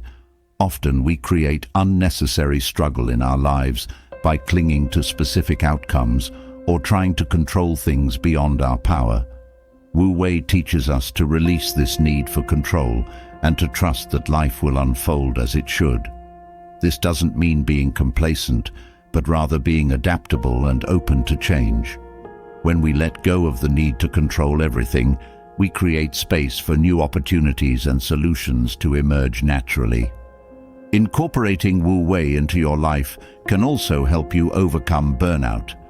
Many of us push ourselves too hard, believing that constant effort and struggle are the only paths to success. But Wu Wei reminds us that sometimes the best action is no action. By stepping back, resting, and allowing things to unfold, we can avoid burnout and maintain a sense of balance and well-being. This approach allows us to recharge and return to our tasks with renewed energy and focus, rather than becoming depleted by constant striving. In conclusion, the Taoist principle of Wu Wei offers a powerful framework for achieving inner peace and personal growth through acceptance and alignment with life's natural flow. By letting go of resistance, embracing patience, and finding balance, you can move through life with greater ease and harmony. As you work toward your goals in 2025, remember that sometimes the most effective action is to simply flow with life, trusting that the natural rhythms of growth and change will guide you where you need to go. Courage has long been considered one of the central virtues in Stoic philosophy, and for good reason. In a world filled with uncertainties, challenges, and potential dangers, having the courage to face life head-on is essential. The Stoics believed that courage is not merely about the absence of fear, but rather the ability to act despite it. It is about seeing the unknown, the difficult, and even the terrifying, and moving forward with resolve. This idea resonates deeply with the modern world, where we often face immense pressure, stress, and uncertainty, making courage a vital component in personal transformation and growth. The Stoic view of courage is grounded in the understanding that life will always present us with challenges, some expected and some unforeseen. Whether it's a personal struggle, a professional challenge, or an unexpected turn of events, courage allows us to stand firm in the face of these obstacles without being paralyzed by fear. According to Stoicism, courage isn't just necessary for extraordinary circumstances. It's a daily practice. It's about having the strength to act according to our values, even when it's uncomfortable or risky. One of the key teachings from the Stoic philosopher Seneca is that fear is often worse than the thing we fear. In his letters, he reminds us that we suffer more in imagination than in reality. This insight is a reminder that many of our fears are projections of the mind, often blown out of proportion by our anxieties. Courage, then, involves seeing fear for what it truly is, an emotion that can be managed rather than an insurmountable force. It's about learning to separate irrational fears from legitimate concerns and taking action based on reason, not fear. Building courage in daily life starts with deliberate practice. The Stoics didn't view courage as something that only heroes or soldiers possessed. They saw it as a quality that anyone could cultivate through small, consistent acts of bravery. To cultivate courage, you must be willing to step into uncomfortable situations, even if only in small ways. This could mean speaking up in a meeting, confronting a difficult truth about yourself, or making a decision that involves risk. Each time you face a fear, no matter how minor, you strengthen your ability to act with courage in more significant situations. One practical way to begin developing courage is through exposure to discomfort. The Stoics believed that we become desensitized to fear by repeatedly facing what makes us uncomfortable. Start by identifying areas of your life where fear is holding you back. Perhaps it's a fear of failure, rejection, or uncertainty.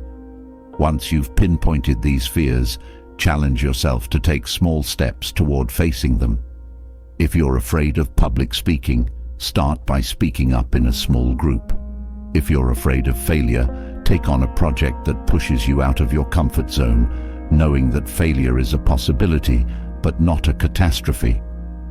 Another Stoic exercise for building courage is the practice of negative visualization, or premeditatio malorum. This involves mentally rehearsing worst-case scenarios to prepare yourself emotionally for potential outcomes.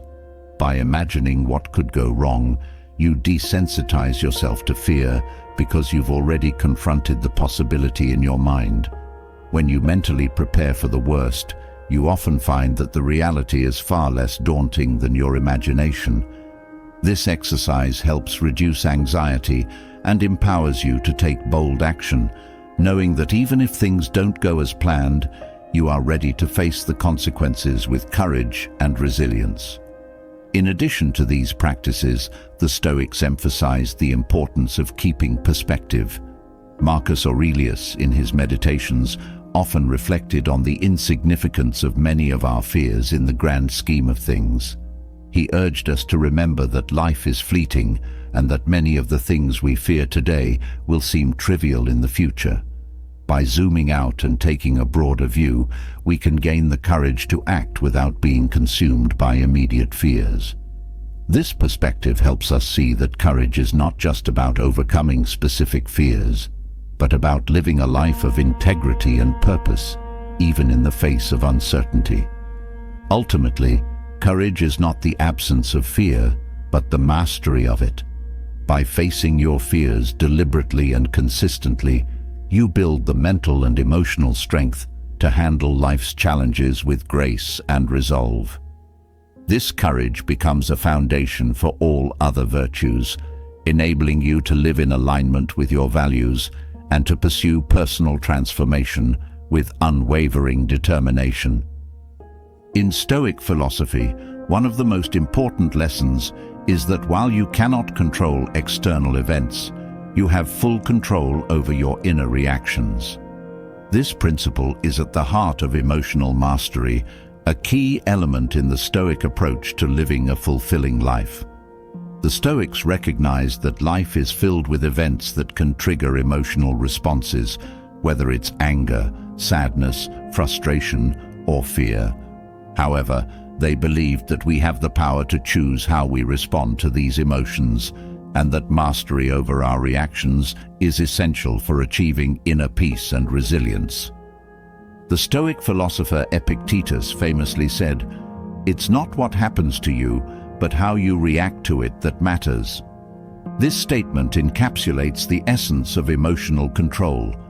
The events themselves, whether a traffic jam, a critical comment from a colleague, or a personal setback, are neutral.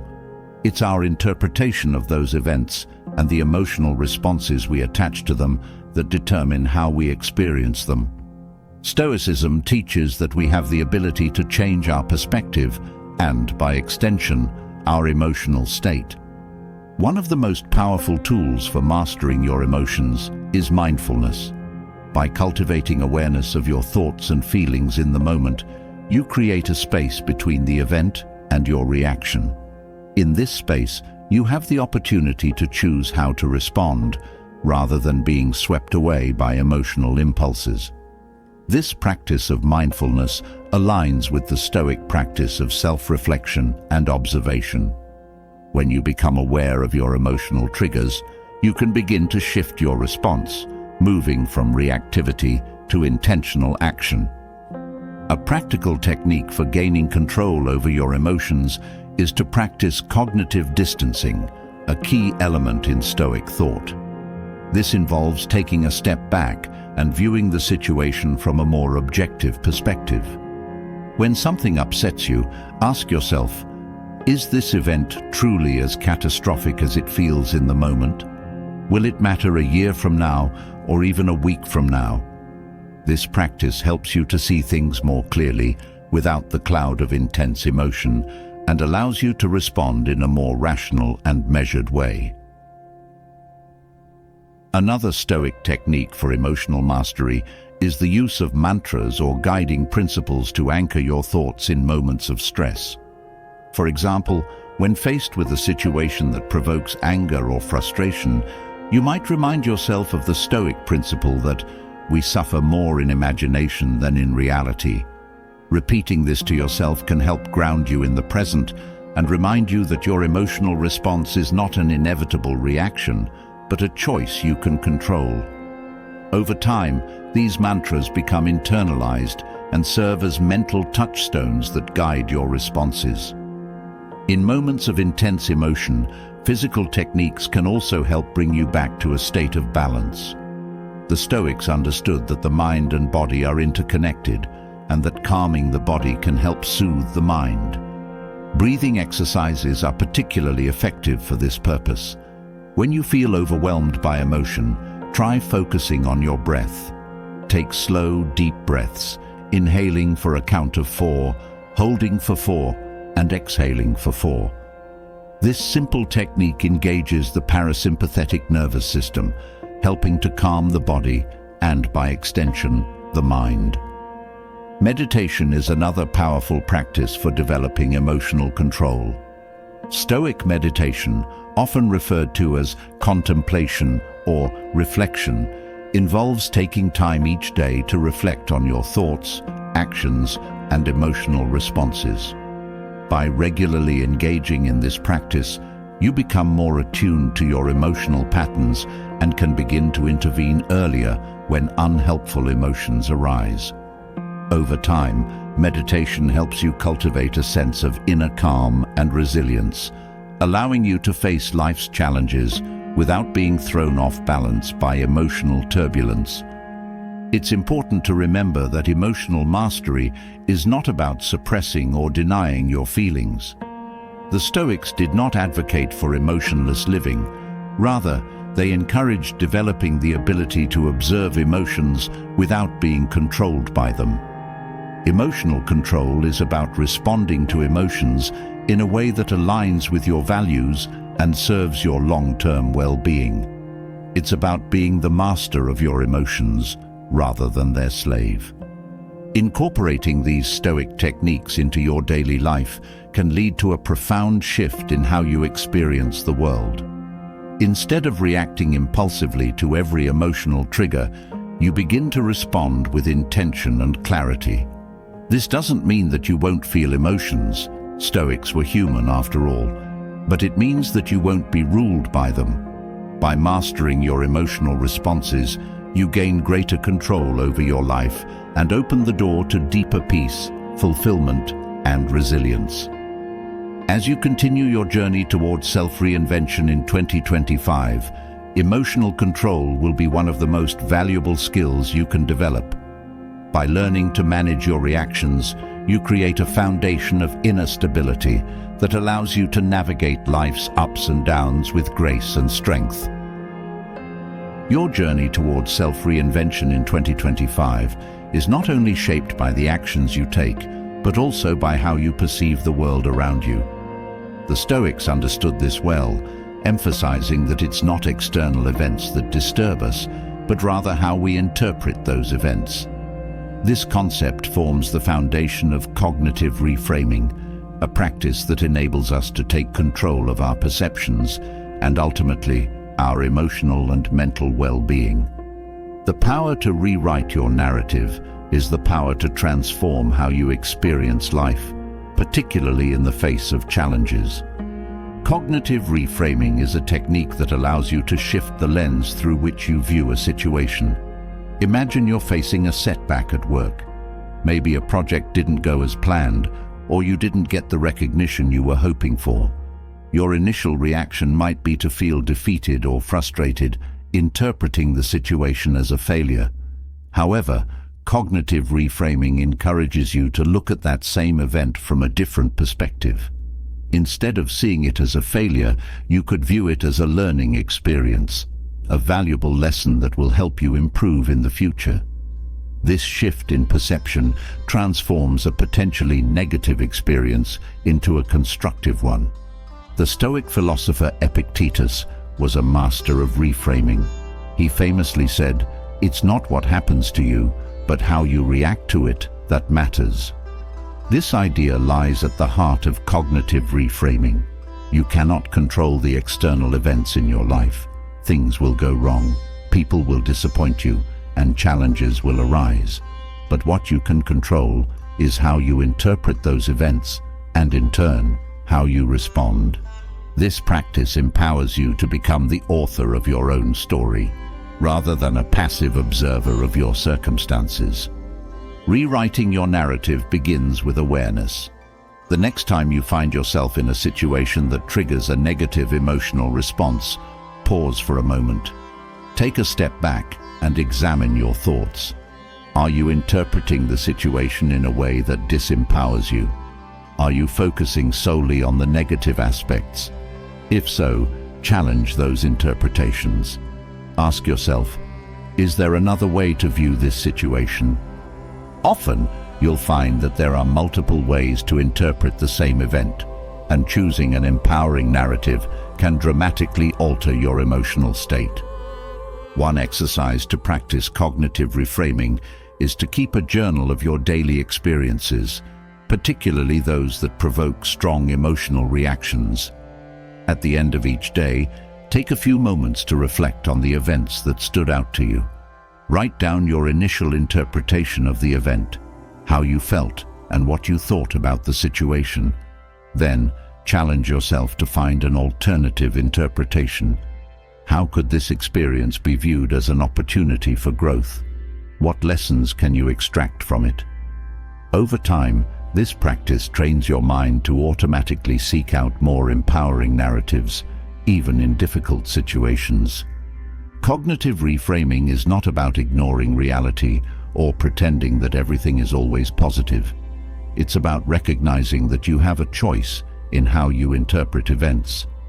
Two people can experience the same situation, but walk away with entirely different perspectives based on how they choose to frame it.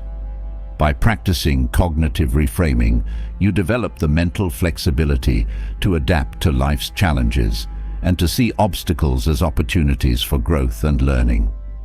In Stoic philosophy, this practice is often linked to the concept of premeditatio malorum, or the premeditation of evils. By anticipating potential challenges and mentally preparing for them, the Stoics were able to reframe their experiences even before they happened. They would imagine the worst-case scenario, and in doing so, they stripped those scenarios of their emotional power. When the actual event occurred, they were better equipped to handle it with calmness and resilience, having already reframed it in their minds. As you continue on your path of self-reinvention, cognitive reframing will become a vital tool in shaping your experience of the world. Life is full of unexpected twists and turns, but how you choose to interpret those events is entirely within your control. By rewriting your narrative, you can transform even the most challenging circumstances into opportunities for growth, learning, and self-discovery. As you rewrite your narrative and transform your perception of challenges, another critical aspect of your journey toward reinvention involves simplifying your life. Both Stoicism and Buddhism advocate for the wisdom of minimalism, living simply to gain greater clarity and peace of mind. In our modern world, we are constantly bombarded with distractions, possessions, and obligations that can weigh us down and pull us away from what truly matters. To live a more meaningful and intentional life, we must learn to strip away the unnecessary and focus on the essential. The Stoics believed that external possessions and material wealth were not the key to happiness. In fact, they often warned against becoming attached to material things, as such attachments could lead to anxiety, stress, and a sense of dissatisfaction. Seneca, one of the most well-known Stoic philosophers, lived a life of relative wealth, but he often reminded himself and others that true happiness comes from within, not from external possessions. He wrote, "It is not the man who has too little, but the man who craves more, that is poor." This wisdom is echoed in modern minimalism, which teaches us that having more doesn't necessarily lead to greater fulfillment. Buddhist philosophy, particularly the concept of the middle way, also emphasizes simplicity. The Buddha taught that enlightenment is found not in extreme indulgence or extreme asceticism, but in balance. By avoiding the extremes of overconsumption and deprivation, we create space for inner peace and clarity. This principle applies not only to our physical possessions, but also to our thoughts, emotions, and commitments. When we live simply, we reduce the mental clutter that often clouds our judgment and prevents us from living in alignment with our true values. Simplifying your life begins with an honest assessment of your current state. What are the physical, mental, and emotional clutter that are weighing you down? Take a look at your environment, your home, your workspace, your schedule. Are there unnecessary possessions, distractions, or obligations that are taking up space without adding value? Simplifying your environment can have a profound impact on your mental clarity and emotional well-being. Start by decluttering one area of your life, whether it's a room in your house, your digital files, or your daily schedule. As you let go of the unnecessary, you create space for the things that truly matter. In addition to decluttering your physical environment, it's essential to simplify your thoughts and commitments. Our minds are often cluttered with worries, to-do lists, and distractions that prevent us from being fully present in the moment. One practical way to simplify your thoughts is through mindfulness meditation. By taking just a few minutes each day to focus on your breath and quiet your mind, you can reduce mental noise and gain greater clarity. This practice helps you stay grounded and focused on the present, rather than being overwhelmed by the chaos of daily life. Simplifying your commitments is another important step toward living a more intentional life. In our fast-paced world, it's easy to become overcommitted, filling our schedules with obligations that leave little room for reflection or personal growth. Take a close look at your calendar and ask yourself, are all of these commitments aligned with my values and goals? If not, consider letting go of the ones that don't serve your highest purpose. Saying no to unnecessary obligations creates more space for the things that truly matter, whether it's spending time with loved ones, pursuing a passion, or simply taking time for self-care. Living simply also involves cultivating a sense of contentment with what you have.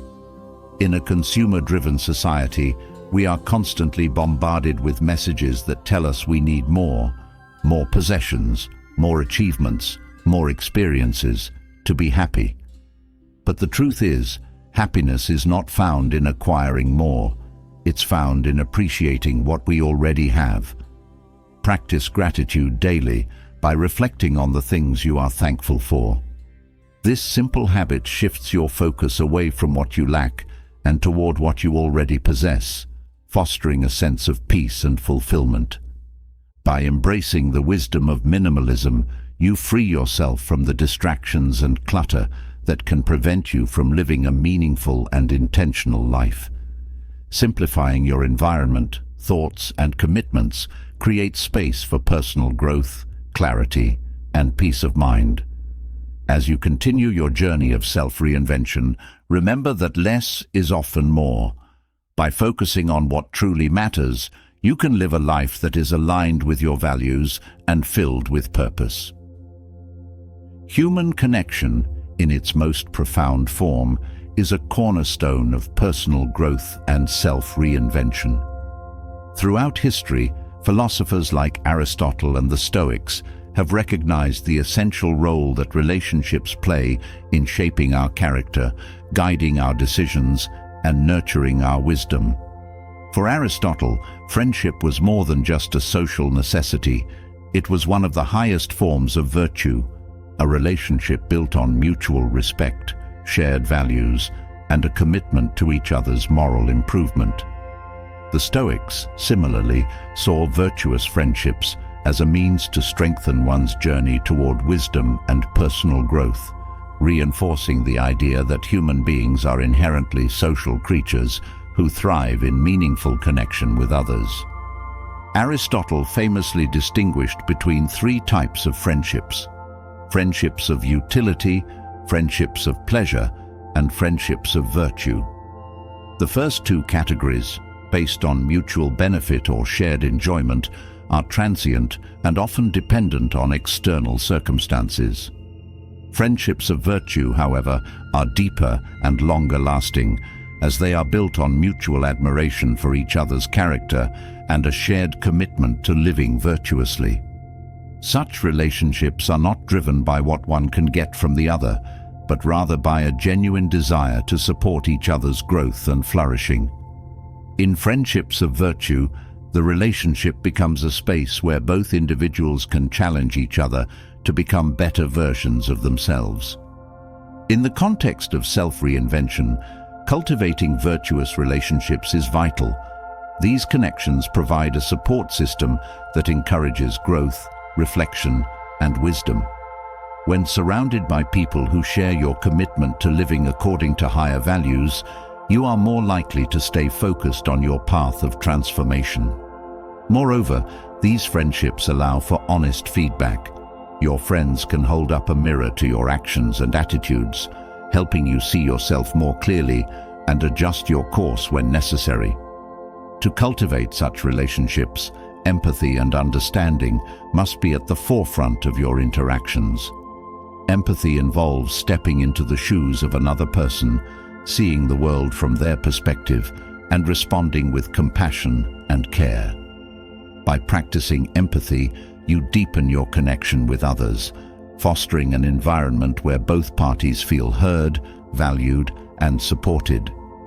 Understanding, meanwhile, involves a willingness to listen without judgment, to engage in conversations that explore not just surface-level concerns, but the deeper emotions and values that drive behavior. When you approach relationships with empathy and understanding, you create space for authentic connection to flourish. One exercise to build deeper connections with others is to practice active listening. In your next conversation, make a conscious effort to listen without interrupting or thinking about your response. Instead, focus entirely on what the other person is saying, not just the words, but the emotions behind them. Reflect on their perspective and ask questions that encourage them to share more. This practice not only strengthens your empathy, but also shows the other person that you genuinely care about their thoughts and feelings.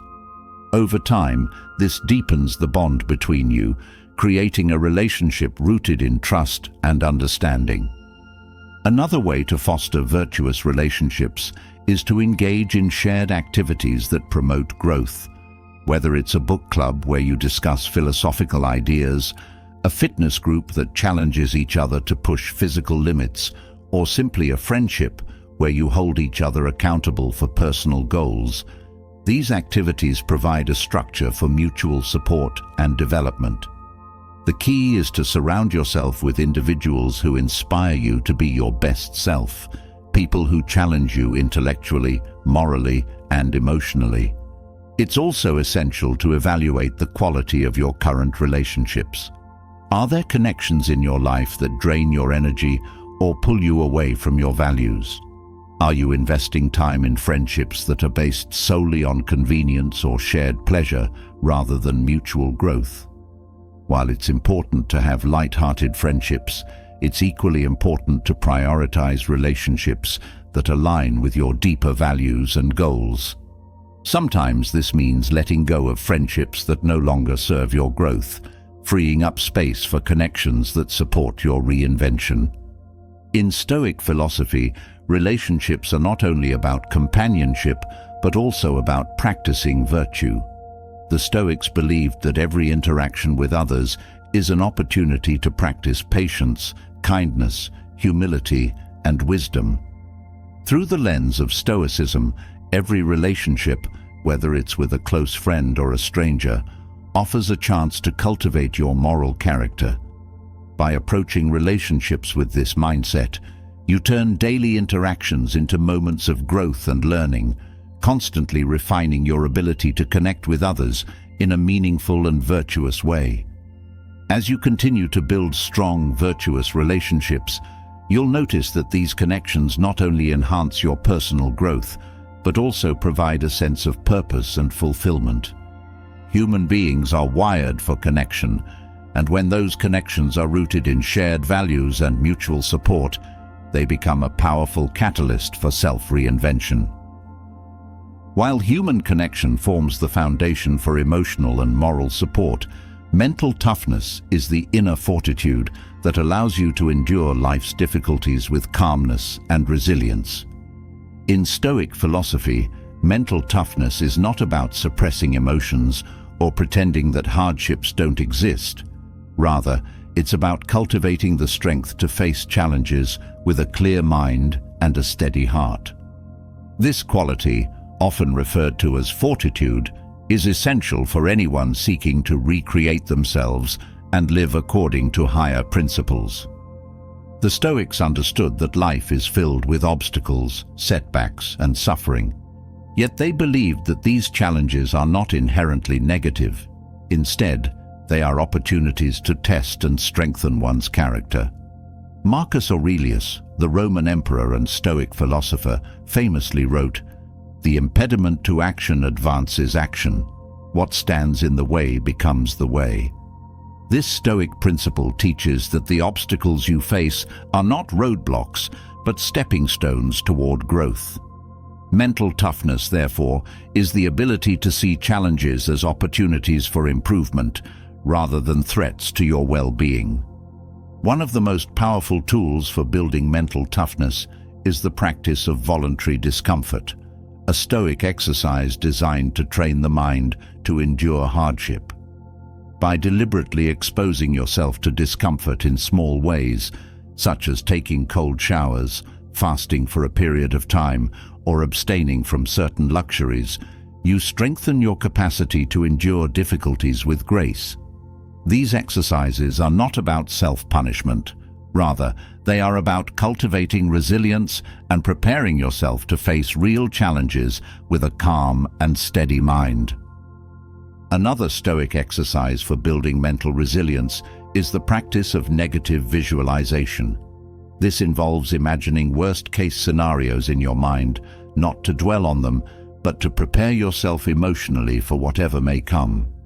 By mentally rehearsing how you would handle adversity, whether it's the loss of a job, a loved one, or a personal failure, you desensitize yourself to fear and anxiety.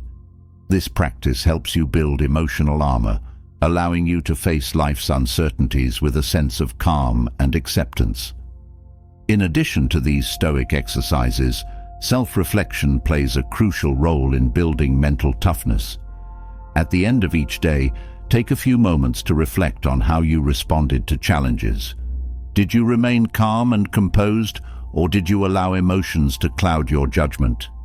By regularly assessing your reactions, you gain insight into your mental strengths and weaknesses, enabling you to make adjustments and improve over time. One of the key principles of mental toughness is the understanding that while you cannot control external events, you can always control your response. This is the essence of Stoic thought, the ability to maintain inner peace regardless of what happens around you. When faced with adversity, remind yourself that your power lies not in changing the external situation, but in choosing how you will react. Will you respond with anger, frustration, or despair? Or will you respond with courage, patience, and wisdom? The choice is always yours. As you cultivate mental toughness, you'll notice that challenges no longer feel overwhelming. Instead, they become opportunities to practice resilience, to grow stronger, and to deepen your self-mastery. By training your mind to stay calm in the face of adversity, you build an unshakable foundation for self-reinvention, enabling you to navigate life's difficulties with grace and wisdom. In both human connection and mental toughness, the principles of Stoic philosophy provide powerful tools for personal growth and transformation. By cultivating virtuous relationships and developing mental resilience, you equip yourself to face the challenges of life with strength, wisdom, and grace, forging a path of self-reinvention that is grounded in timeless wisdom. In the journey of self-reinvention, mental clarity plays a crucial role. Our minds, much like our physical spaces, can become cluttered with unnecessary thoughts, anxieties, and distractions. Just as minimalism in our external environment fosters peace and focus, a minimalist approach to thinking can create the mental space needed for deeper reflection, decision-making, and growth. The Stoics, particularly figures like Epictetus and Marcus Aurelius, emphasize the importance of decluttering the mind to maintain clarity and focus on what truly matters. One of the key elements of Stoic practice is the ability to identify and eliminate unnecessary thoughts, those that drain our energy without serving a constructive purpose. In our modern world, the constant influx of information, opinions, and stimuli can overwhelm the mind, leading to stress, anxiety, and indecision. By adopting a minimalist approach to thought, we can free ourselves from this mental clutter and direct our cognitive resources toward meaningful goals and pursuits. Stoicism teaches us to focus on what is within our control, and this principle extends to the management of our thoughts. Many of the anxieties and worries that occupy our minds are related to things outside our influence, events in the future, the opinions of others, or outcomes we cannot predict. By letting go of these distractions, we can create mental space for thoughts that align with our values and intentions. This is not about ignoring real concerns, but about consciously choosing where to direct our mental energy. One practical strategy for decluttering the mind is to begin with the Stoic exercise of journaling. Marcus Aurelius himself was known to practice daily reflection, using his journal as a tool to clear his thoughts and refocus on what mattered. Start by writing down the worries, fears, and distractions that fill your mind. As you write, ask yourself, is this within my control? Can I do something about this right now? If the answer is no, acknowledge the thought and release it. If the answer is yes, make a plan of action and move on. This practice not only helps to organize your thoughts, but also brings awareness to the mental clutter that often goes unnoticed. Meditation is another powerful tool for decluttering the mind. Stoic meditation, which focuses on mindfulness and presence, allows you to observe your thoughts without becoming attached to them. Begin by finding a quiet space where you can sit comfortably. Close your eyes and take a few deep breaths, bringing your awareness to the present moment. As thoughts arise, instead of engaging with them, simply observe them. Imagine each thought as a cloud passing by. Acknowledge it, but don't hold on to it. Over time, this practice helps you become more aware of unnecessary mental chatter and teaches you how to let go of thoughts that do not serve your well-being. In addition to meditation and journaling, another practical strategy for decluttering your mind is to simplify your decision-making process. Decision fatigue, the mental exhaustion that comes from making too many choices, is a common source of cognitive clutter. To counteract this, develop routines and habits that reduce the number of decisions you need to make each day. For example, you might simplify your wardrobe, your meal planning, or your work schedule so that your mental energy is reserved for more important decisions. This approach mirrors the Stoic belief in focusing only on what is necessary and discarding the superfluous. As you practice minimalism in thought, you'll begin to notice a shift in your mental clarity and focus. By clearing away the noise, you create space for the thoughts that truly matter, those that align with your values, your goals, and your sense of purpose. This mental clarity allows you to approach life's challenges with a calm, centered mind, and it empowers you to make decisions that reflect your deepest intentions. In parallel with mental minimalism, the pursuit of wisdom becomes a lifelong endeavor that fuels personal growth. Socratic wisdom, which is deeply intertwined with Stoic philosophy, emphasizes the importance of recognizing the limits of our knowledge. Socrates famously declared that the only true wisdom is in knowing you know nothing, a statement that invites us to remain humble, curious, and open to learning throughout our lives. For the Stoics, wisdom is not a destination, but a journey, a continuous process of learning, self-improvement, and the pursuit of deeper understanding. The pursuit of wisdom requires a mindset of constant evolution. To reinvent yourself like a Stoic, you must embrace the idea that there is always more to learn, more to understand, and more ways to grow. This process of lifelong learning is not limited to formal education or academic study. It encompasses all areas of life, from personal relationships to professional development to spiritual growth. Wisdom comes from experience, reflection, and a willingness to challenge your own assumptions. One of the key practices for pursuing wisdom is to cultivate a habit of questioning. Just as Socrates questioned the beliefs and assumptions of those around him, you must regularly question your own thoughts, actions, and motivations. Why do I believe what I believe? Is this assumption based on reason or on habit? What can I learn from this situation? By asking these questions, you develop a deeper understanding of yourself and the world around you, and you avoid falling into the trap of complacency. Incorporating wisdom-seeking habits into your daily routine can take many forms.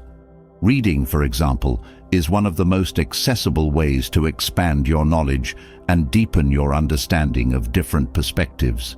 Choose books that challenge your thinking, introduce you to new ideas, or provide insights into areas you wish to grow. As you read, take time to reflect on the lessons and how they apply to your life. Are there principles you can incorporate into your daily decisions? Are there ideas that resonate with your personal values? Another way to pursue wisdom is through conversation and dialogue. Engage with others who share your curiosity for learning and seek out those who challenge your thinking. In philosophical discussions, debates, or even casual conversations, you open yourself to new ways of seeing the world. Importantly, approach these conversations with humility and openness. Remember that wisdom comes not from asserting your own knowledge, but from listening and learning from others. In addition to external sources of learning, self-reflection is a critical component of wisdom. Take time each day to reflect on your actions, decisions, and thoughts. What did you learn from today's experiences? How did you handle challenges? What can you do differently tomorrow? This practice of daily reflection, as championed by Marcus Aurelius, helps you integrate the lessons of the day and apply them to your ongoing personal growth. Finally, it's important to recognize that the pursuit of wisdom is not about perfection.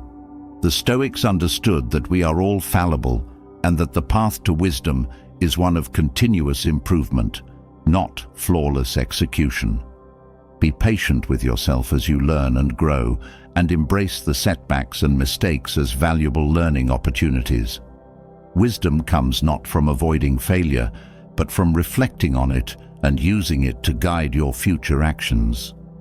As you cultivate mental minimalism and pursue wisdom, you create a foundation for a life of clarity, focus, and continuous growth.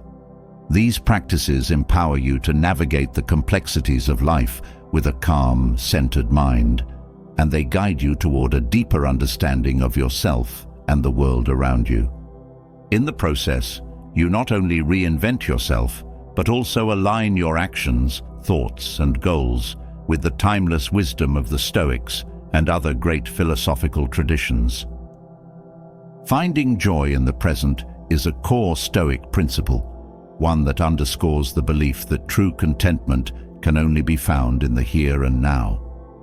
The Stoics understood that life is unpredictable, that circumstances change, and that placing our happiness in external events is a surefire way to experience disappointment and frustration. Instead, they advocated for the appreciation of the present moment, an appreciation that stems from recognizing the fleeting nature of life, the impermanence of circumstances, and the sufficiency of what we already possess. In modern life, we are often bombarded with messages that tell us we need more to be happy. more success, more possessions, more recognition. But the Stoic perspective offers a radically different approach. It invites us to step back from this relentless pursuit and consider what we already have. The Stoic idea of contentment is not about complacency.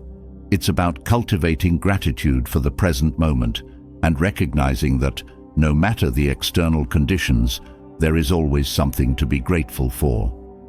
Marcus Aurelius, in his Meditations, frequently reminds himself to live fully in the present, noting that the present moment is all we ever truly have. Practicing gratitude is a powerful way to embrace this Stoic ideal. Gratitude shifts our focus from what we lack to what we already possess, and in doing so, it fosters a deep sense of contentment. The simple act of reflecting on the blessings in your life, whether it's your health, your relationships, or even the fact that you are alive, can dramatically shift your perspective. Take a moment each day to consider what you are grateful for, no matter how small or seemingly insignificant. This daily reflection helps anchor you in the present and diminishes the desire for more, which often drives discontentment. Stoic contentment is also closely tied to the concept of sufficiency, the belief that what you have is enough. In a world that constantly encourages us to strive for more, the idea that enough is enough can feel counterintuitive, even radical. But the Stoics believed that true happiness does not come from acquiring more, but from wanting less. Seneca wrote extensively on this, arguing that the person who is content with what they have is truly rich, while the person who is always chasing more is perpetually poor. This doesn't mean that you should never strive for improvement, but it does mean that your sense of fulfillment should not be contingent on reaching some future goal. One practical exercise to cultivate contentment is to practice voluntary discomfort, a Stoic technique in which you intentionally deprive yourself of something you enjoy or find comforting. This exercise helps you realize that you don't need as much as you think to be happy. For example, you might spend a day without your phone, eat a simple meal, or sleep without your usual comforts. The purpose is not to punish yourself, but to remind yourself that your happiness is not tied to external things. By voluntarily experiencing discomfort, you learn to appreciate the things you have more fully and to detach from the constant desire for more. Another powerful way to practice contentment is through mindful awareness. Take time each day to fully engage with your surroundings. Notice the beauty of a sunset, the warmth of a cup of coffee, or the sound of a loved one's laughter. These small moments of mindfulness help ground you in the present and remind you that joy is available to you right now, in this moment. The more you practice being present, the more you will realize that contentment is not something you need to chase. It's something you can experience here and now by simply being present. As you cultivate this Stoic sense of contentment, you will begin to realize that much of the stress and anxiety in your life comes from wanting things to be different from how they are. By practicing gratitude, sufficiency, and mindfulness, you can shift your focus from what's missing to what's already here. And in doing so, you can experience a deeper sense of peace and joy, no matter what external circumstances you may face. In the same way that cultivating contentment helps protect your inner peace, learning the art of saying no is essential to protecting your time, energy, and well-being. In a world that constantly demands more of us, the ability to set boundaries is not just a skill, it's a form of self-preservation. The Stoics, along with modern philosophies of self-care and personal growth, emphasize the importance of guarding your energy and saying no to things that do not serve your higher purpose. Saying no is not about being selfish or rejecting opportunities. It's about being intentional with your time and energy.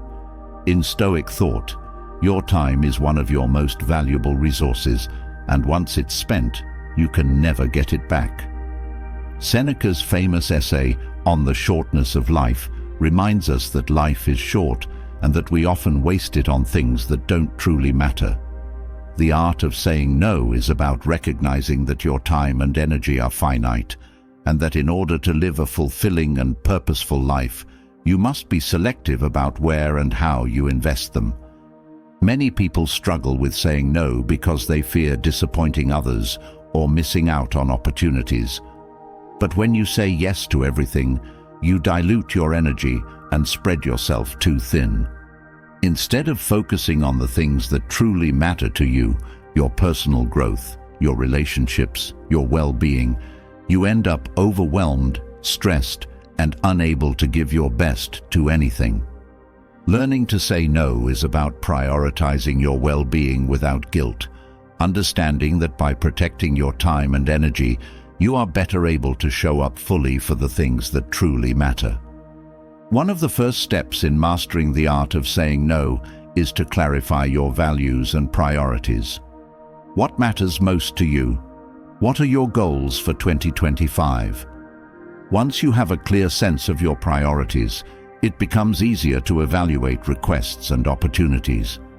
If something does not align with your values or contribute to your goals, it's a candidate for a no. Remember, every time you say yes to something, you are saying no to something else, often to yourself, your needs, or your personal growth.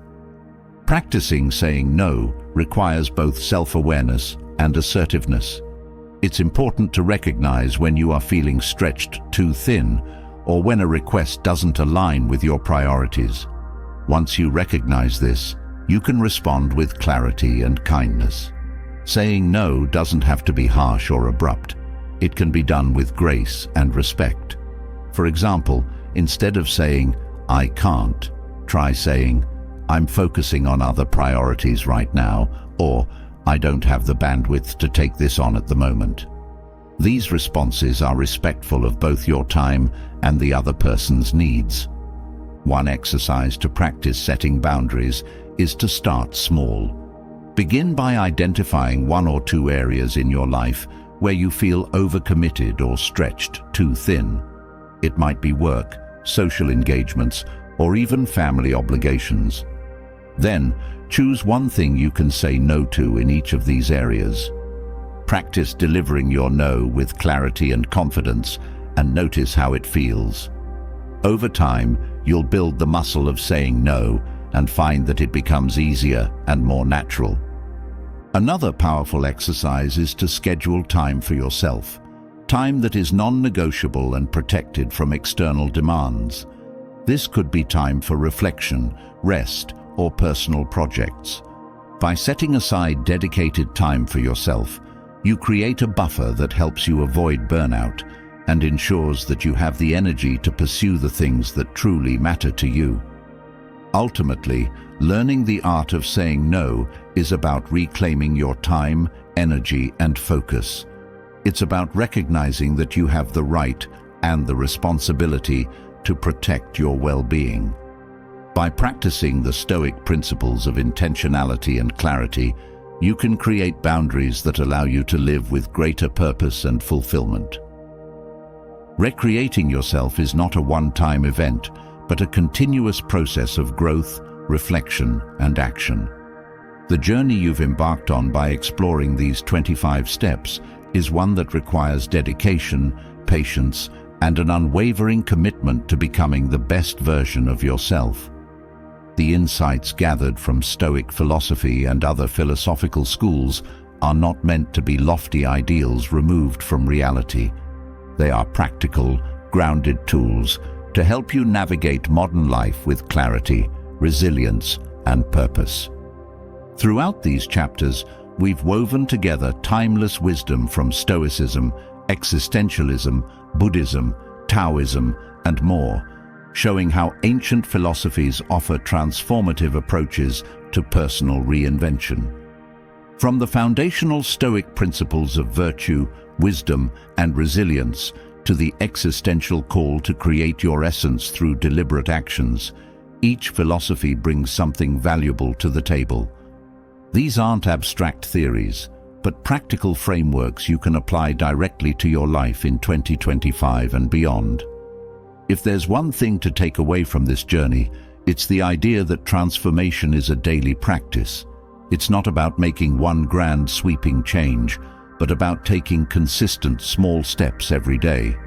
Whether it's practicing gratitude, facing adversity with courage, setting boundaries to protect your energy, or simply focusing on what you can control, these steps form the foundation of a life that is not only fulfilling, but also deeply resilient to the challenges that come your way.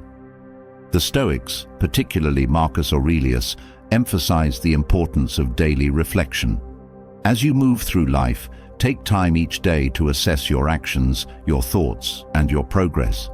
This isn't about judging yourself harshly, but about cultivating self-awareness. Where are you excelling? Where can you improve? What small adjustments can you make tomorrow to move closer to your goals?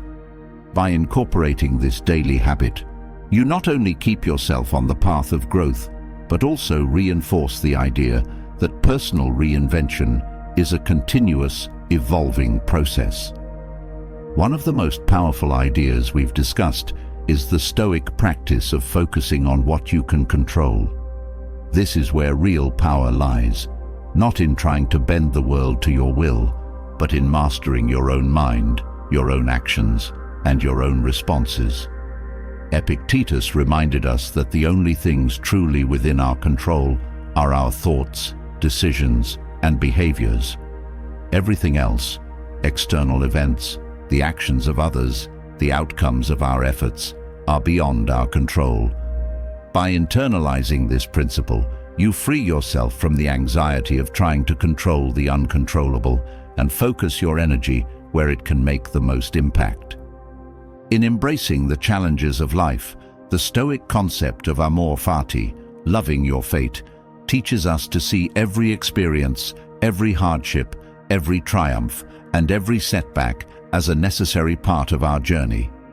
Nietzsche's reinterpretation of this idea encourages us not only to accept our fate, but to embrace it fully, to love it as part of the unique story that makes up our lives. In 2025, as you face inevitable challenges and uncertainties, remind yourself that these experiences are shaping you into a stronger, wiser, and more resilient person. Equally important is the existential perspective that we are not born with a predetermined essence. As Sartre famously stated, existence precedes essence. You are not defined by your past or by the labels others place on you. You have the power to shape your own identity through your choices, actions, and beliefs. This is a liberating idea, but also a great responsibility. In 2025, commit to consciously creating the person you want to be, understanding that every decision you make contributes to your evolving self. While self-reinvention is deeply personal, it doesn't happen in isolation.